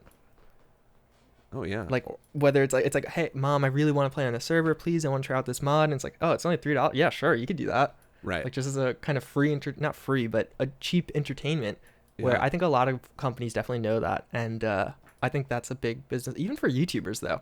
Like, I don't have a very young audience, but like, it's my understanding for a lot of YouTubers, children are the single best audience overall. Yeah. I mean, you look at some of the personalities of the people on there, and you can tell that they're going after not necessarily kids, but at least younger people. Like, maybe they're not targeting them, but you can tell like that's who they're going to appeal to. And so I've seen like the Fallout audience seems to be all people in their 20s and 30s. If you look at the or even YouTube late teens. response. Yeah, so it's not a ton of like super young people. So maybe that's not the business model, but this is necessarily going after. But all of these microtransactions tend to be that direction, and I can see it from like my nieces and nephews. More my nephews than my nieces are always asking me to buy them Fortnite skins. And like I look at the costs of that, I'm like, that's insane. I'm not doing that. I'm not giving you $8 for a different character that you're going to use for 15 minutes, like, and then want another one. But like they have no concept of the value of money. So to them, it's just asking for something. And then when you look at it from the parents' perspective, of like a lot of parents don't play video games. Like that's going to be less and less the case as people grow. Like now, like as we have kids, we're gonna be like, oh, we know about this predatory garbage. Like we can say no, but like the parent, like if I had asked but even outside of that, what the things that I would ask my parents for, they had no understanding of them. Like what is a Ninja Turtle? And like they'd be like, sure, here, have it, like whatever. Like, so they had a certain amount of money. That's what I mean. But they'll just spend it on you. I think to a degree, even with our generation, like even I think a lot of people would like to think they wouldn't want to do that. I think like with some of these like you suck in the kid and they want it and they'll just keep asking the parent, and like eventually you just succumb. And it's like, it's whatever, it's only $5, it's only $10, it's only $15. Right. I think the argument comes up. I think I remember hearing from my parents. It's been so long, but hearing the argument from my parents of like, fine, but that's all you're getting, as if I cared. Like as if it was like yep, you tricked me. Like well, at the end of the day, for the parent, it's just like, all right, well, I was willing to spend this amount of money. Like whatever it is, I don't care. Like here you go, you're happy now. You're gonna quit bugging me. Yeah, that's probably it. So then, the microtransaction model is like, you always hear about it going after whales, but I think the whales secretly are parents. Like, I agree. I mean, I don't have hard data on it, but I just have to imagine, like YouTube viewers that are kids are the best. Like they probably don't use ad block nearly as much as older. They're probably all on mobile, so they don't even have as easy access to ad block. Right. And then they probably ask for like merch for Christmas and birthdays and just a lot more often. Right. Yeah, that's that seems to me where things are going in. But I'm thinking that if they charged for access to private servers, because otherwise, if they don't do that, then nobody's going to want to be the host. Because then it's like, no, you spend the $20 a month. No, you spend, you know what I mean? Like, who's going to be the host then? Whereas if everybody's got to pay for access anyway, then at least everybody's got some skin in the game. Yeah. I don't know. I mean, you might be right. I don't know. I'm really curious. We'll find out. Like, that's the thing. Because they said, I mean, at the last presentation I saw from them, they said the servers will be coming sooner than we think. So we'll hear. But I think that's the other thing. I don't think there's any way we get mod support and private servers. No, like I think we see private servers, then mod support somewhere down the line. Yeah, if I were them, I wouldn't release mod support until I basically was almost done with my content. The same way they did with Fallout 4. Like, it was not a coincidence that we didn't get Creation Kit until after Nuka World was announced. Like, they want to get their stuff done first. Otherwise, it's gonna hurt their sales. It's gonna be like, why would I buy, Far Harbor when such and such a mod just announced they're doing something with Swamp People Land? Well, it's like basically, I mean, like it's what Apple does, where Apple will announce iPhones very close to release because they still want people buying the previous model iPhone. Right. Up until the day you could buy the new one, then you could buy all the new ones. Right. Yeah, absolutely. I mean, it's a smart business model. I love the model of announce and then release immediately, because then that's when I'm maximum hype, and then I could just like grab like, cool, I can just have it right now. That's what we try and do with some settlement stuff. Is just announce it and then release it within a couple of weeks. Yeah, no, I agree. I mean, and it's definitely probably the most fun for the consumer, where it's like I could get excited for this and I'm not going to just be kind of left hoping for a while. Right. Like, I'm going to have this in my hands not that far away. Yeah. I mean, even better would be like same day. It would be like, I was blown away when they did Fallout Shelter. And like those are the type of games I normally avoid and like ignore, but because it was available right then and I was so hyped for Fallout 4, I'm like, yeah, sure, why not? I'll play it. And then I got like sucked into the moment and you're like, oh yeah. I bought tons of lunchboxes too. I'm a sucker. So did I. Like, it was just like, oh, this game's great. It wasn't that great. Like, going back and trying to play it, I'm like, this isn't that fun. But like in the moment I was riding hype and it was available. So like that was good. Well, did you ever see Todd said at one interview he wished it could be shorter? Yeah, I did. And they wouldn't let him or something? Yeah, they told him he couldn't do it. Like, wait, and I mean, thankfully they didn't. Can you imagine if they did an instant release window for 76? What a worse disaster it would have been. Well, 76 is one of those where I feel like if you look back, the writing was really on the wall that it would have a lot of problems. Like for multiple, like the fact that there was no summer beta, the beta was right next to release. Yeah, that was weird. The fact that there was no gameplay until October. Like we got what we got at E3, and then I don't know if you remember, there was literally nothing until the Greenbrier event. And then at the Greenbrier event, this event you're paying a lot of money to fly all these people out to. The game's really laggy and clearly not super well optimized. Yeah. Then that letter they released right before release. Like there are just a lot of and the beta being right next. There was no day one update to the game. The beta, technically, the end of beta to the release of the game, it was the same version. Right. Where there's just like a lot of those things where, like, if you look at them all together, I think they're reflective of some internal struggles with the game. They probably should delayed the game. I think that's what it comes down to. Right. But they didn't want to. Yeah, that's very unfortunate how it all went down for them. But it's weird that I'm not sure how I feel about the kind of the approach they're taking this, or the feel they have on it. When I watched that interview from Todd Howard saying that, you know, if you look at all the big games, they all go through this struggle. It seems to me like they went into this project with that attitude, and then that let them be a little more casual with it. And I think that they paid the price for that casual attitude, because then everybody sensed that it's like, oh, they don't give a crap. Like the thing is, what I don't think that they're incorrectly not comparing themselves to an MMO. They don't view themselves like an MMO, but it's absolutely the same mindset required to invest in an MMO is required to invest in Fallout 76. And like that requires that the developers actually have some sense of urgency, and that they show that they care about because people are investing themselves into this. Like they want it, like, you know, things like hackers doing duplicates, like that is decimates anybody who's personally invested in your game and feeling like I can build up a massive wealth. Because like that's the thing I don't think, and this is one of the things where, like, philosophically I start questioning how far down the rabbit hole I want to get into game development, because I see that a lot of people who get really into particular games, they have actually invested themselves into the games to where they feel like they feel like they're making progress instead of doing that same thing in real life and having that same sense of progress. Yeah. And like that seems dangerous psychologically, like, and that we're encouraging that with the way games are developed now. Yeah, I mean, even like tying that back into Fallout 76, I know, and I don't know, I mean, we'll see what happens. There was a post on Reddit recently, got really popular, where a Fallout 76 player, just basically reports that he lost all of the stuff on 2 or 3 of his characters, and he doesn't know why. He just logged in one day and they're gone. Yeah. So now he like contacted support, blah, blah, blah. And now there's a question, was this kind of a database issue? Because that's another issue that seemed to pop up with one of the past updates, where there's power armor changes. So then like all the pieces of your power armor were supposed to be put in your inventory. A bunch of people said they were missing pieces. Oh. So then they just lost them. But it seems like with Fallout 76, there's no actual way to restore items. That's weird. And even there's no like 2-factor authentication or anything. Huh. Which is like, I know it'll probably be a topic that is talked about for the next couple of weeks, where it's, you know, especially with this particular case where this guy seemingly lost 3 characters. If he's telling the truth, what happened? And then what could he do to protect that when you don't have some of those more sophisticated security measures in place? Right. Because it's like maybe his account got hacked and somebody deleted all of his stuff. And I don't think Bethesda's taking it seriously enough that people invest themselves into these games. And like whether it's good or bad from the philosophical standpoint I was brought up earlier, is they have to acknowledge that that's what's happening.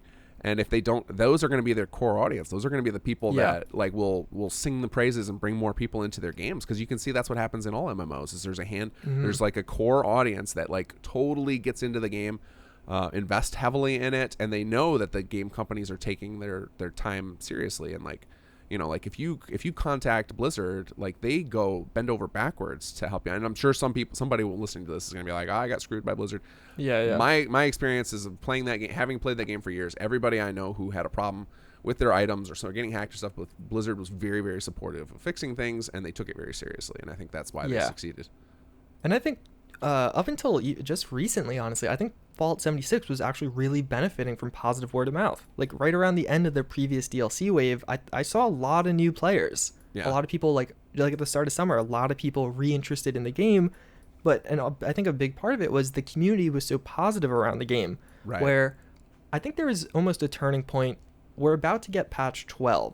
Okay. That comes out this Tuesday, but patch 11 came out a few weeks, maybe a month or two ago. One of the updates broke a lot, and like some of the changes made pissed off some of the hardcore fans. Okay.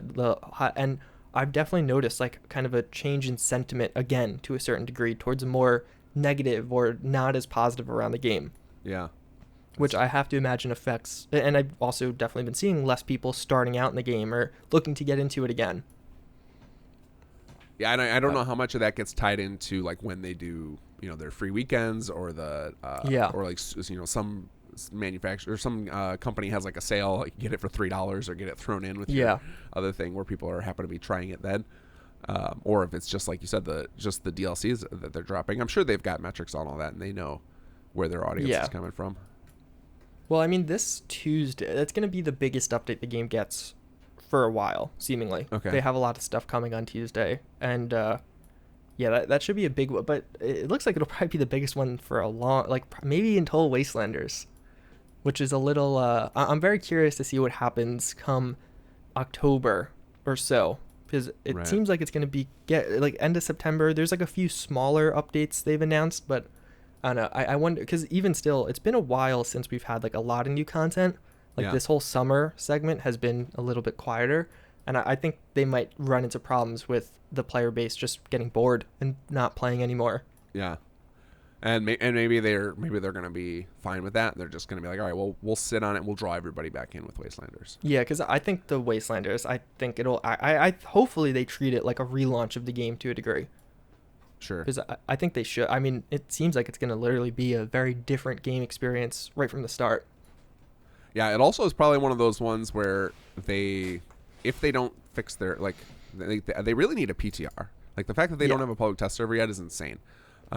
Because, like, something like that, where it's like, this is our opportunity to recapture all the players out there who are like, this is not a Fallout game. I need NPCs, which I think there were a lot of us. Yeah. If we come back in to experience that and the game is buggy as hell, we're just gonna be like, all right, well, thanks for trying, but I'm not dealing with this. You know what I mean? Like, we're gonna have all those old feelings of, because that's the other thing. I think had the game had all those bugs like the server crashes and instability, but it still was an engaging story in the traditional Fallout sense of having NPCs to meet and side quests to do. I think more of us would have powered through it and would have been like, all right, well, bugs are normal for a new game. But it was like the combination of all those issues was just like the perfect storm to be like, this game. Yeah, and even a lot of them were not, like a lot of the initial controversy had nothing to do with the actual game, but to do with the company or the handling of the game too. Right. Which just like kind of added fuel to the flames. Yeah, that was pretty funny though. The first like month after the game came out, just over and over again. There's so much that went wrong, which I think also was bad for the game. Like, I think that's a byproduct of why you see the community the way it is now, where some people get really defensive or it's very aggressive, where there was just a lot bad happening, and some people, it was almost like a snowball effect, where maybe the snowball got a little too big at one point. Yeah. And they had a lot of problems, but I don't know. It's like an interesting middle ground where a lot of times I'll see people being too harsh, but then there's a lot of other people being too nice to the game, I would say. Where they're trying to downplay or a constant thing I'll see is, I can't believe people said this game is so bad. I just got it and it's amazing. And I'm like, well, yeah, it's had almost a year of updates now. Yeah. Like, hopefully it's like a lot of the stuff that was major problems has been fixed, fortunately. I think there's also the psych trick there of sometimes you just want to be able to you disagree with the dissent, so you're just like, you go in with a more positive attitude, like there's no way it's that bad, and then you have a better experience because of it. Yeah I've had that with some movies where people are trashing it. I'm like, that wasn't that bad. So sometimes that can be the effect. It's funny you mentioned all those issues. Talking about Baggate, I never got my canvas bag. Oh really? I never got my Nuko Darkroom. I just realized. Like few, like maybe 4 or 5 months. I was supposed to get one, and I don't think I ever got one. Yeah, I never bothered. I never got the canvas bag, and I don't care anymore. I'm just like, whatever. Like, that was never. Oh, you like requested it? Yeah, I did the request thing. Like my information probably got leaked in that stupid customer service issue. Oh, it's actually only 63. What's that? It was only 63 people. Oh, well, I might be one of them, but no one will. Yeah, ever I don't know. But yeah, I never got I filled out the form, never got the bag. Oh, that's interesting. Because I know those went out a month or two ago now. A lot of people started getting them. Yeah, so I think there are a lot of people who also didn't get them, but I think I'm probably one of many of who are in that situation where it's like I just don't care. Like at the time, it was like yeah, like I looked at the bag and I was like, this is trash, but I was like, whatever. Like the helmet's really what I wanted, and like it would have been cool to have the West Tech bag, and then like that was one of those ones where if it weren't for all the other issues, people would have just moved on and like they would have got. Yeah, I think that was a big part too. Yeah, like a lot of issues became much larger because it was a Fallout 76 issue. If it was just if that was a Fortnite issue, it probably people wouldn't care nearly as much. Right. Yeah, it was okay. Just Maybe like, not Fortnite. Fortnite they might care, but like Rainbow Six Siege or some other random game. Yeah, right. Yeah, well, I think, or even if it was 76, but that was the only issue. Like then, no one would have cared, and they would have got away with like the here's your $5 in credit, and no one would have batted an eye. But yeah, that's how I ended on that. Was just like whatever. I'm basically done with the game. I'm happy to give it another try because I do love the idea of modding multiplayer again. Mm-hmm. I'm very concerned with how much we'll actually be able to do with modding though. My anticipation is. Yeah, my anticipation is the modding is going to be like you described it in your video, where it'll be players log into the server and it'll just auto download all the mods, which will be amazing. Mm-hmm. That'll make it real easy. But that also means all mods will have to be hosted through Bethesda.net, which means we won't get any more mods through Nexus for that system, which it has to be that way because there's so many security issues with the online thing. So I think that's what they do with those. And then that means we won't get a script extender. So there's a lot of cool stuff we'll never get to do in 76. Which I'm okay with. I personally don't, because of Xbox, I avoid script extender modding when I'm modding anyway. So there's still a ton you could do.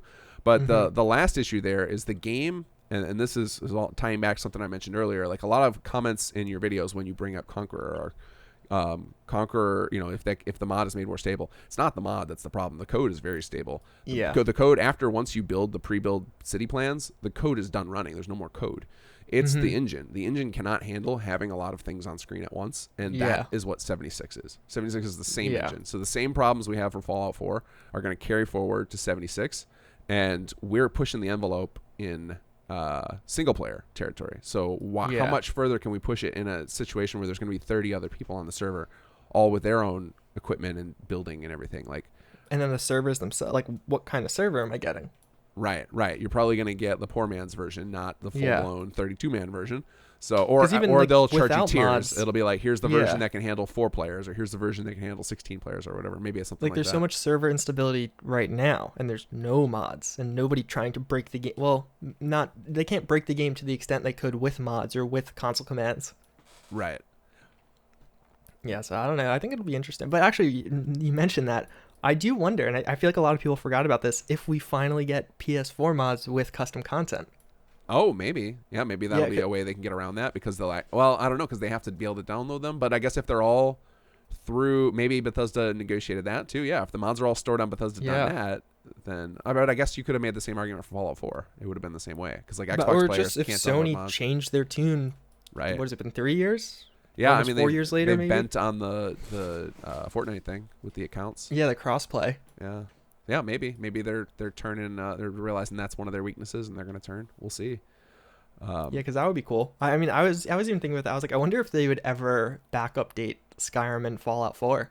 Oh, I wish I would, because that would be awesome. I think most Xbox players would kill to have the cap upped, because I guess the issue is when players install the game, that they had a predetermined amount of space that they negotiated with Microsoft to have it pre-install or something like that, and basically like it would require them to go back into negotiations with Microsoft to get it increased or something like that. I don't remember full explanation I read about it. But it was I basically thought it was something with save games. No, it has to do with basically that amount of space is determined at the moment you install the game. I guess that it would require players to go reinstall, and that would be a disaster. Whereas with Skyrim Special Edition, it came out of the gate with 5 gigs, because I think they realized with Fallout 4, 2 gigs wasn't enough. Well, because they said it initially that they were going to try and do it. Yeah. I remember, or at some point they like it was definitely mentioned that they were gonna try and increase the limit, but then I remember later on they were like, yeah, no, we can't. Sorry. Yeah, it was probably too much of a disaster to like ask. It would be confusing to Yeah. tell players like, yep, we've upped the limit, but you have to delete everything, uninstall the game. Yeah. And like uninstalling games on Xbox is not particularly intuitive. Yeah, no. Yeah, I agree. So yeah, I think it was just like it's just a poor. Or they had no idea how much space people were actually using with modding, which is funny. You would think that they would be in tune with that of like how big some of the mods that come out for their games are. I don't know. I'm not super shocked, but I don't know. You would think, but Yeah, it's hard to tell how much. Stuff. It's hard to tell how much they pay attention to the mod scene or not, because you'll see a lot of people will claim things like, "Oh, the Fallout 4 settler system is a knockoff of the New Vegas mod, Real Time Settler." Mm-hmm. Yeah, no, I don't think so. I mean, maybe I don't know. I mean, I would bet if I were Bethesda, I would absolutely be paying attention to at least the top handful of popular mods. I would look to at the be top like 50 mods and be like, all right, which of these can we add as features or DLC? Right, like this. It's free R&D. It's like, hey, we know what players are gonna like because they love these things. So yeah, I loved that mod RTS. I used to play that all the time. Yeah. Yeah, I was a huge fan of that. Are there okay? Well, that'll be a great way to circle back to the beginning of the conversations before we end. So I mentioned that I noticed you had played a lot of Pixel Mod. So obviously a mod that captured your imagination. Is that or any other mod that you've played something that you would love to see come to Fallout 4? Like, is there some mod out there or some gameplay style that hasn't made it yet to Fallout 4 that you would love to see? Well, actually, one weapon packs. That's just like a easy. There's like just not weapon packs. Yeah, there's only a couple. I've seen a couple, There's and they're like not two. fully featured. Yeah. Or no, maybe there's three. Well, we have Skibida. If that's how I don't even know if that's how you say his name. I think. You have Axis with his like blue tape pack, but I don't think he actually updates that. I think Doom has a pack, and then the Misraya Armory is just. But that's literally 4 weapon. Considering how many weapon mods there are, like, it's kind of crazy that there's only 4. I don't know. I feel like Fallout 4 doesn't have a ton of like, not a ton, but there's not like a lot of questing mods or gameplay focused mods compared to how much of everything else there is. Yeah. Like that's definitely, I feel like the category, like I feel a lot of times in my videos, I'm like, yeah, here's a bunch of cool new things, but I'm not really giving you something new to do with those things. Right. Know? It's almost like here's some free microtransaction content. Like here's a exactly. Or it's like here's a new gun, one new outfit. Yeah. Yeah, but I don't have a well, I mean, it's definitely changing. I would say with Conqueror, with depravity, however you say it, like that mod in particular, I think is a great addition to the game. Yeah. But I haven't played Depravity yet, but I liked your your acknowledgement of something that one of my critiques of Thuggy Smurf stuff is that it is very well executed and clearly understands the creation kit, but because some of the visuals and the focus on certain aspects of the MXR type end up just turning a lot of people off and like it becomes like a big part of the where I didn't feel with this one I didn't feel that nearly as much, which I liked. Yeah, well, it makes it feel better. Like to me, it's all I want to see is I want it to feel like it's a natural extension of the existing game. Like when you go too when people go too far off to like I absolutely agree with some of the ideas that people will argue of like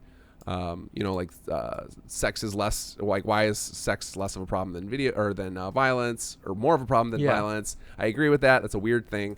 Or why isn't prostitution more of a thing in the Fallout universe? And like, yeah, that to me that makes sense. Like that would probably be a big thing in that kind of society because we've seen it throughout human history that's a big thing, especially in the Wild West type newly explored or places where there's not a lot of government or law enforcement. That ends up being a big thing. So I get it. Yeah. But it doesn't feel right with the rest of the game. Like the rest of the game doesn't do that. So then that thing stands out. Yeah, it stands out. Yeah, and then you feel like, oh, that's the mod. Whereas like it to me, but that's just my personal. That's how I like it. I love mods that make an effort to just feel like they're a natural extension of the rest of the experience. Yeah. Like what's the weapon mod by the Rizzler? The new one, the Gyrojet? Yeah, that that I love because of how well integrated it is into it feels like a Fallout 4 DLC weapon, like that Bethesda made and is official. Yeah. Well, I mean, And, it practically was, because he got the idea from their concept art. yeah, book. from the concept art. Yeah. Yeah. Like that. I love that kind of, and even the same thing with Sims. I mean, obviously Sims Elements is quite a bit different. Like Yeah. it's introducing a lot of new stuff, but it still feels very Fallout. Like I feel like I'm playing Fallout 4, and this is something Bethesda could have added to the game. Well, thank you. I'm trying to do that. Some people hate some of the things I've done in that vein, like the fact that I make everyone go pick up a holotape. Like, I get so many complaints about that. But it's like, it's so, to me, it's so obnoxious when I load into a new game and I have to wait literally 15 minutes for all of my mods to pop up and dump all the crap in my inventory. And then now the Creation Club does it too, and it's like, are you kidding me? Yeah, I hate that. Oh, it's so ridiculous. I watched Captain Coots, who started modding through Sim Settlements, now does Twitch streamer. He mods on camera occasionally, and he was doing one the other night where he was taking all the Creation Club content and like introducing it in non-quest ways, so you weren't just being pummeled when you start your game. Like the one he did that was really cool was for all the dogs, because there's a lot of those dogs. What are like 12 different dogs, and each of them launches a quest. I stopped buying like after the third or fourth.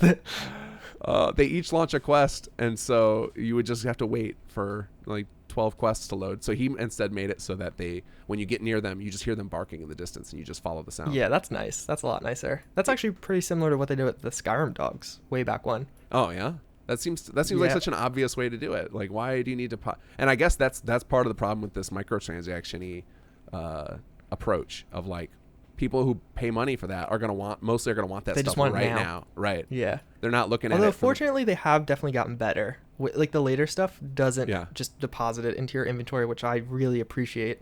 Yeah, definitely. Because it's also balance breaking too when you're just like handed. Oh this, yeah. Like, here you go, have this insane shotgun as your first weapon. Yeah. Yeah. No, I agree. I'm actually pretty curious to see where Creation Club goes, because you have to imagine it can't last forever.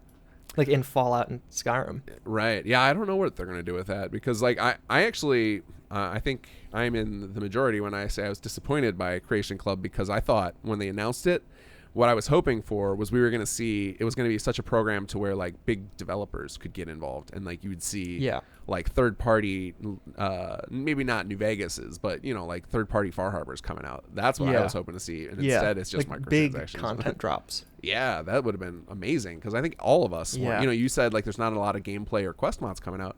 I think we're all hungry for that, especially some stuff done at AAA quality of like, you know, feeling like it was made by Bethesda. Yeah, I mean, I feel like there's very few mods in general to like successfully do that. Like I would say Sim Settlements, obviously, and then I would say some of the other stuff by what's it, Thuggy Smurf? Thuggy Smurf, right? Yeah, like Outcast and Remnants I really liked. I thought that was a cool one. But there's not actually, I really like some of Divine's stuff. The Gas Mask Overhaul. Oh yeah, and Nuclear Winter. I think Nuclear Winter. I think Tales of the Commonwealth is probably my favorite that's example of like quest mods, because some of the time I'm playing through his stuff and I can't tell that I'm not. It's like, wait, was this in the vanilla game? Like, it's so well voiced and well thought out and written, and it just works real well. So okay, on that, what mods do you like outside of Sim Settlements? I love quest mods like Tales of the Commonwealth, but the problem is because, like you said, a lot of the quest mods that are out there don't put in the polish that I want, because like I want mods that are going to be seamless. I don't want to know that I'm playing a mod. Like I can get, you know, occasionally you get into a thing where it's like it's a little moddy because there's no choice, because we don't have access to all of the you know, like we can't do all the UI edits we would need to make things perfect. So there's certain things are always going to be a little moddy, but I like mods that make me forget I'm playing a mod. So I love anything that adds new content into the world. I've been a real big fan of weapon mods lately. Like I used to avoid those, but then in my latest playthrough I started grabbing them like crazy, and some of the weapons are so satisfying. Some of them are really well implemented too. Yeah, and so like those have become something I've been loving lately. But yeah, I think quest mods, story content mods are my favorite. That's usually what I'm looking for, because the problem with like I love gameplay overhauls in theory. The problem is that you only have so much you can do in a single playthrough before it just becomes micromanagey. Like if I have to spend 10 minutes thinking about all of my options for a combat situation, then I'm just gonna it just becomes overwhelming. Yeah. I had this problem with Skyrim where I would download all these fantastic gameplay mods like thief overhauls and like magic overhauls, and it just became to a point where it's like I have 40 different ways I could solve this problem, so I'm just gonna do whatever one happens to be the easiest to grab at this moment. Yeah, and it becomes like but like almost a chore parts of the game. Right. Like there's too many choices. Yeah, that's why I want Modpacks. I want to be able to be like, this mod pack turns the game into like it's all stealth, or this game turns it into all horror, or this game turns it into entirely into like city management or something. You know what I mean? Like just different, like just transform the game into this other genre or into this specific part of the game. Because while having all the choices is fun when you're, playing through it the first time and figuring out what your character is, eventually with all the mods, you get so many choices that you get that paralysis of choice of where it's like, all right, this is too much. Speaking of hard, did you see Looping's new mod or work in progress mod? Which one? I think, was it Decay? Is that no? It's not Decay, is it? Is it you're talking about the horror mod, right? Yeah. I can't remember the name of it, but I know what you're talking about. Yeah, that looks pretty nuts. Yeah, that seems pretty, because that's actually one of the things I really like about it is because I made always around Halloween I'll do like 5 scary mods, some like horror overhauls, but it's typically 5, 6, 7, 8 mods, and you just use them in tandem. That actually looks like one of the first real comprehensive horror overhauls for Fallout 4. Yeah. Where it's going to affect, because it's adding new NPCs, new visuals, new music, new gameplay mechanics, new items and armors and weapons apparently too, or something along those lines. Yeah. I'm very excited for that. That's actually a genre I usually hate, but I'm like, because it's in Fallout 4, I want to play it. Yeah, no, I agree. Just to like, it's such an like crazy experience to throw on like the nuclear winter, or not nuclear winter, Divine's one. The winter, like when you throw the winter textures plus the cold thing, like it just changes the feel of the game so much. Or like when I watch people play with, what's the greenery overhaul one? There's been several of them where it makes it like a jungle everywhere. Like it's just isn't it overgrowth or regrowth or something like that? Resurrection. Yeah, I forgot which one. Spiffy's mod. Yeah, but it just like it looks like a totally different game where it's like Jesus. Yeah, no, I really do. I like that stuff. I also love playing with high damage dealt and received. I think that's my most enjoyable way. That's how pretty much all I'll play with anymore. In fact, thankfully, somebody was so kind. Brian was so kind to build me a patches for all my weapons to work with. What's that mod that does the damage overhaul? Well, there's a lot. Yeah, better locational damage. Yeah, thank you. Better locational damage. Where if you don't have patches, then it's just like some weapons are good and the rest of them are still. Yeah, then you use it and you're like, what happened there? Yeah, why is this not working? But which is kind of like one of the things that backfired on Bethesda. They were trying to give us smoother gunplay, so it felt better to play with guns. But unfortunately, they kept in the RPG mechanics that required bullet sponginess. So then it was just like, this just feels bad in a different way now. Yeah, like the legendary enemies sometimes, especially on like high difficulty, I'm like, just die. Like I don't feel like shooting you for this long. It's not fun anymore. Yeah, it's not fun. Well, and that's one of the things with that model actually works well for 76 because in those you have other friends with. So then the 4 of you all raining down bullets on that spongy thing actually makes the combat last long enough for you all to get there and be engaged with it. But in single player, it just feels bad. Fallout 76 has a weird thing though, where like people will complain there's no end game, but then also complain when hard content comes out. Where it's like you have to like the hard content is that's going to be the end game here. Right. Like, struggling to beat this and having to like perfect your style or get the best time, whatever it is. Yeah. Like I think we're going to see a ton of people complaining when these vault raids come out. Yeah. Because they're described as some of the hard. I mean, we'll see, because they've said something's going to be hard, then it releases, and you're like, oh, that actually isn't hard. Well, this is one of those. I mean, this is one of those things where we get into the problems with their kind of casualness they're approaching this game. Is they're trying to keep themselves outside of the MMO space, but the MMOs have the same problem as the competitive gaming scene. Is they're basically just competitive PvE. Like if the raid encounters aren't balanced correctly, people hate them. Like they're not fun. Yeah. And then like if they're balanced too hard, and your game isn't generally considered balanced or is considered buggy, people will not put in the effort to like get world firsts and stuff because they won't be able to take your game seriously. Or to optimize your build or to grind for the legendary weapon you need. Right. They're going to just, so like with, companies like Blizzard, I keep going back to. I mean, there's other MMO developers that have this reputation as well. It's just that's the one I'm familiar with, so I'm going to keep using it. They have a reputation of like, they spend the time to test and balance their games thoroughly, and people know they will do it. So then they will continue to grind and put in those hours. And then it gets exciting for other people watching to see these things happen. And 76, you're never going to have that because they keep running on this platform that like we're not, we're not an MMO. They're different. Yeah. We're our own thing. Well, your own thing doesn't draw in the hardcore fan base. Yeah. Well, that's even like kind of, I was thinking about the other day. Did you ever watch or get recommended those Rust videos by that one guy on YouTube? I get recommended them every once in a while, and they're usually like one guy goes in and wreaks havoc on so-and-so's base. Yeah, it's like getting revenge on the clan or destroying the clan's base. And like, because I don't know anything about Rust. I just watch his videos because they're really well done. Yeah. And because I remember when Fallout 76 was announced, there was like people posting on Reddit that's just going to be a Rust clone, like apparent leakers. Yeah. And like watching stuff, I'm like, I almost wish it had more Rust features, like some of the survival aspects. Yeah. Yeah. But there's I don't know what they're trying to do with that. Hopefully Wastelanders will turn things around and like just like give up on trying to be different and just be like, all right, we're gonna be a normal Fallout game again. Based off we'll see what happens, but based off what they've said, it really seems like Wastelanders is gonna act as the kind of guide for the rest of the content. Yeah. So hopefully that is it. One of the big concerns I have with it though is the rate of content. Like they're doing so many new things with Wastelanders. How much new content are we going to get to play? Yeah. Yeah, like is it going to be 3 hours of story? Is it going to be 10 hours of story? I don't know. Well, and it's not going to gain them any sales either. So like there's going to be a limit to how much money they're going to invest in. Oh, you don't think? I don't know. I think a lot of people will buy the game. You think so? I think it's got itself such a bad reputation already. Like I think but it already had a lot of sales up front from people being hopeful. I think a lot of people returned it though. Honestly, you think so? I don't know. We'll find I don't out know. because if they continue to add more content after that, then we'll know it did well for them. But yeah, but I think even just I'm sure we'll have a huge wave of microtransactions as soon as Wastelanders comes out. Tied into that, yeah. Yeah, like a ton of cool stuff that everyone's gonna want to spend money because some of this stuff has been like. There's like every once in a while we'll get something that I'm like, wow, that's actually really cool. Like it's normally overpriced also, but I'm like, if that was a free mod, like I would 100% download that for Fallout 4 also. Right.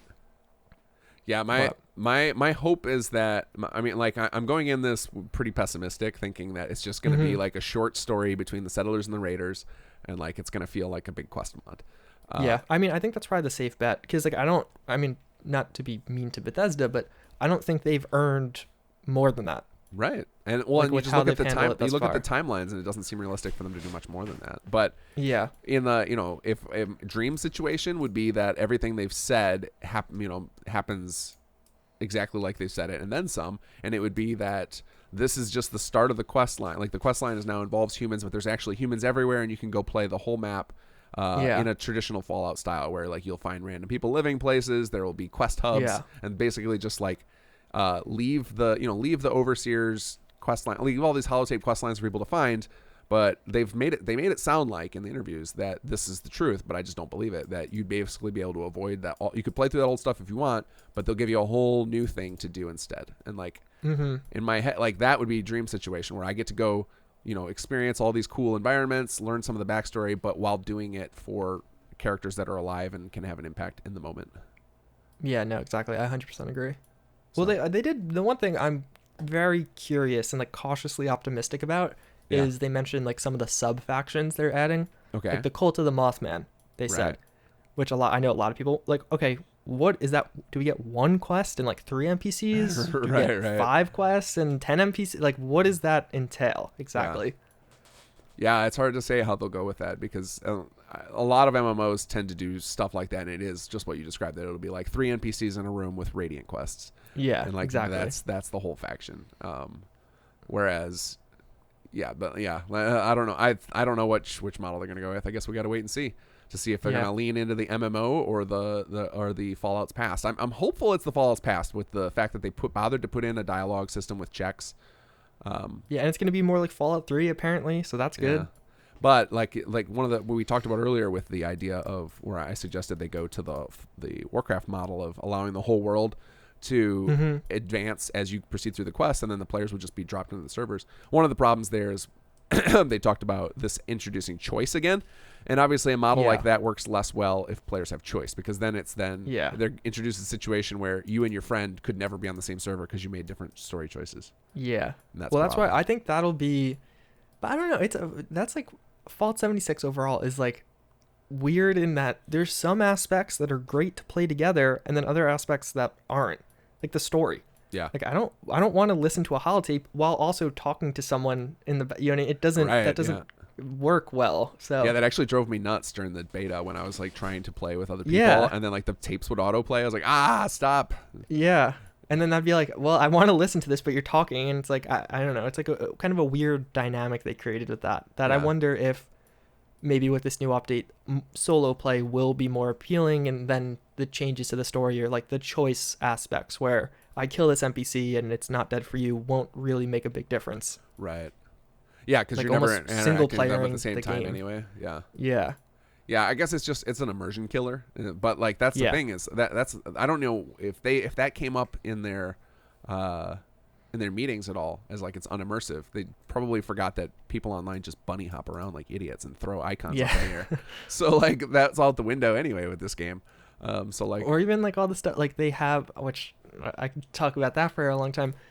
Like you get the silver shroud outfit, which it's like like they just kind of threw away, or like some of the other outfits you could get where it's like this doesn't really make sense. I mean, I guess it's their ideas. Most of the stuff came from pre-war, so it could. I guess that's true. I just remember like some of the stuff on the Atomic Shop. It's like, but don't they have like a ton of snakes thing on there? I think so. Yeah. Because like anything they have that's like throwback references to the old games doesn't make any sense. Well, they have the Mechanist outfit now.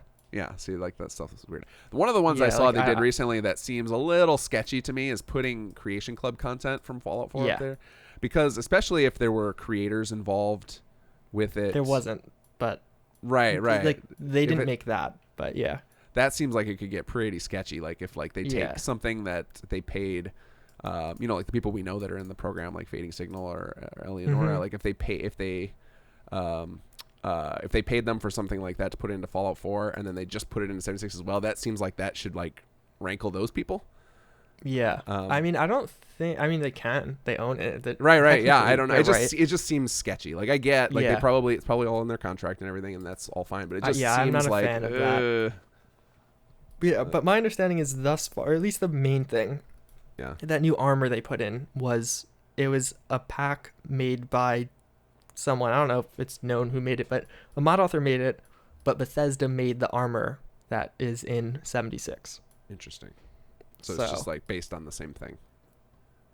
Oh no, it's not based on it. It's literally the same model. Okay. I mean, I don't know. I never actually bought it, but I did some comparisons in the past, and like some of the stuff, it's literally the exact same thing. Like maybe they updated the texture slightly, changed the color of like the buttons. Yeah. But otherwise, it's more or less 100% identical. Yeah, it's getting into sketchy territory there, and I don't know what the solution is, because like the Todd Howard interview where he says we don't have a touch point with our players. Like to me, it just sounded like every time he said touch point, I was like, dollars. We have to monetize all of our players, which I get. That's got to be a little frustrating when it's like you see, games like Fortnite or League of Legends just raking in money, and you have an equivalently large audience. Like Bethesda's, well, maybe not that big, but Bethesda's audience of players who stick around for 10 years after a game comes out is massive. It's just a crazy amount of players, and that they can't monetize them. That's got to be frustrating for them. But I also wonder how much of it is, like, how much of it is actually Todd versus how much is maybe ZeniMax. Like I'd be very curious to be a fly on the wall to see. How much, like, okay, the non-cosmetic microtransactions that got introduced. Yeah. Who was pushing for that? Right. We all blame Todd because he's kind of the face, but there's a billionaire on there who owns that company who is going to be probably is saying to them, guys, there are plenty of I know some of my friends at the golf club have some, their guys came up with this game called Fortnite. Have you heard of it? Like, why aren't we doing that? Like, it's all the same to me. It's all games. Like, why can't we make billions? Yeah, exactly. Like how disconnected he is. How can I don't know. Yeah, we have no idea about any of that. But they put on the public face like they're pro gamer and pro single player. So then that's what they get judged. Like EA doesn't put on such a face. So we just treat them like a mindless corporation, and we don't attack any of their individual CEOs or anything. We just bashing EA, no problem. But Bethesda has put Todd forward as like the friendly face. So and Pete too. Which you see Pete just tweeted for the first time in like 7 months. Pete is the perfect guy to be on Twitter for them, because he seems like a no nonsense. Like he's not going to take flack. Which you kind of need these days, because it seems to me like there's just a whole lot of outrage mobs floating around. So like somebody like him would just seems like he'd just be like, nah, piss off. Yeah, no, I agree.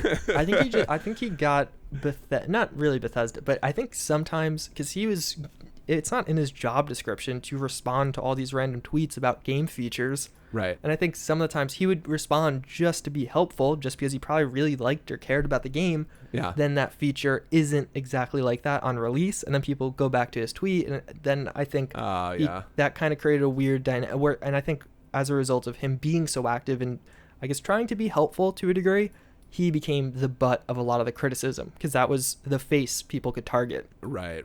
Yeah, that's why I think you see a lot more companies putting in social media clauses in their contracts and like preventing their employees now from engaging on it. It's like it's too risky. Yeah.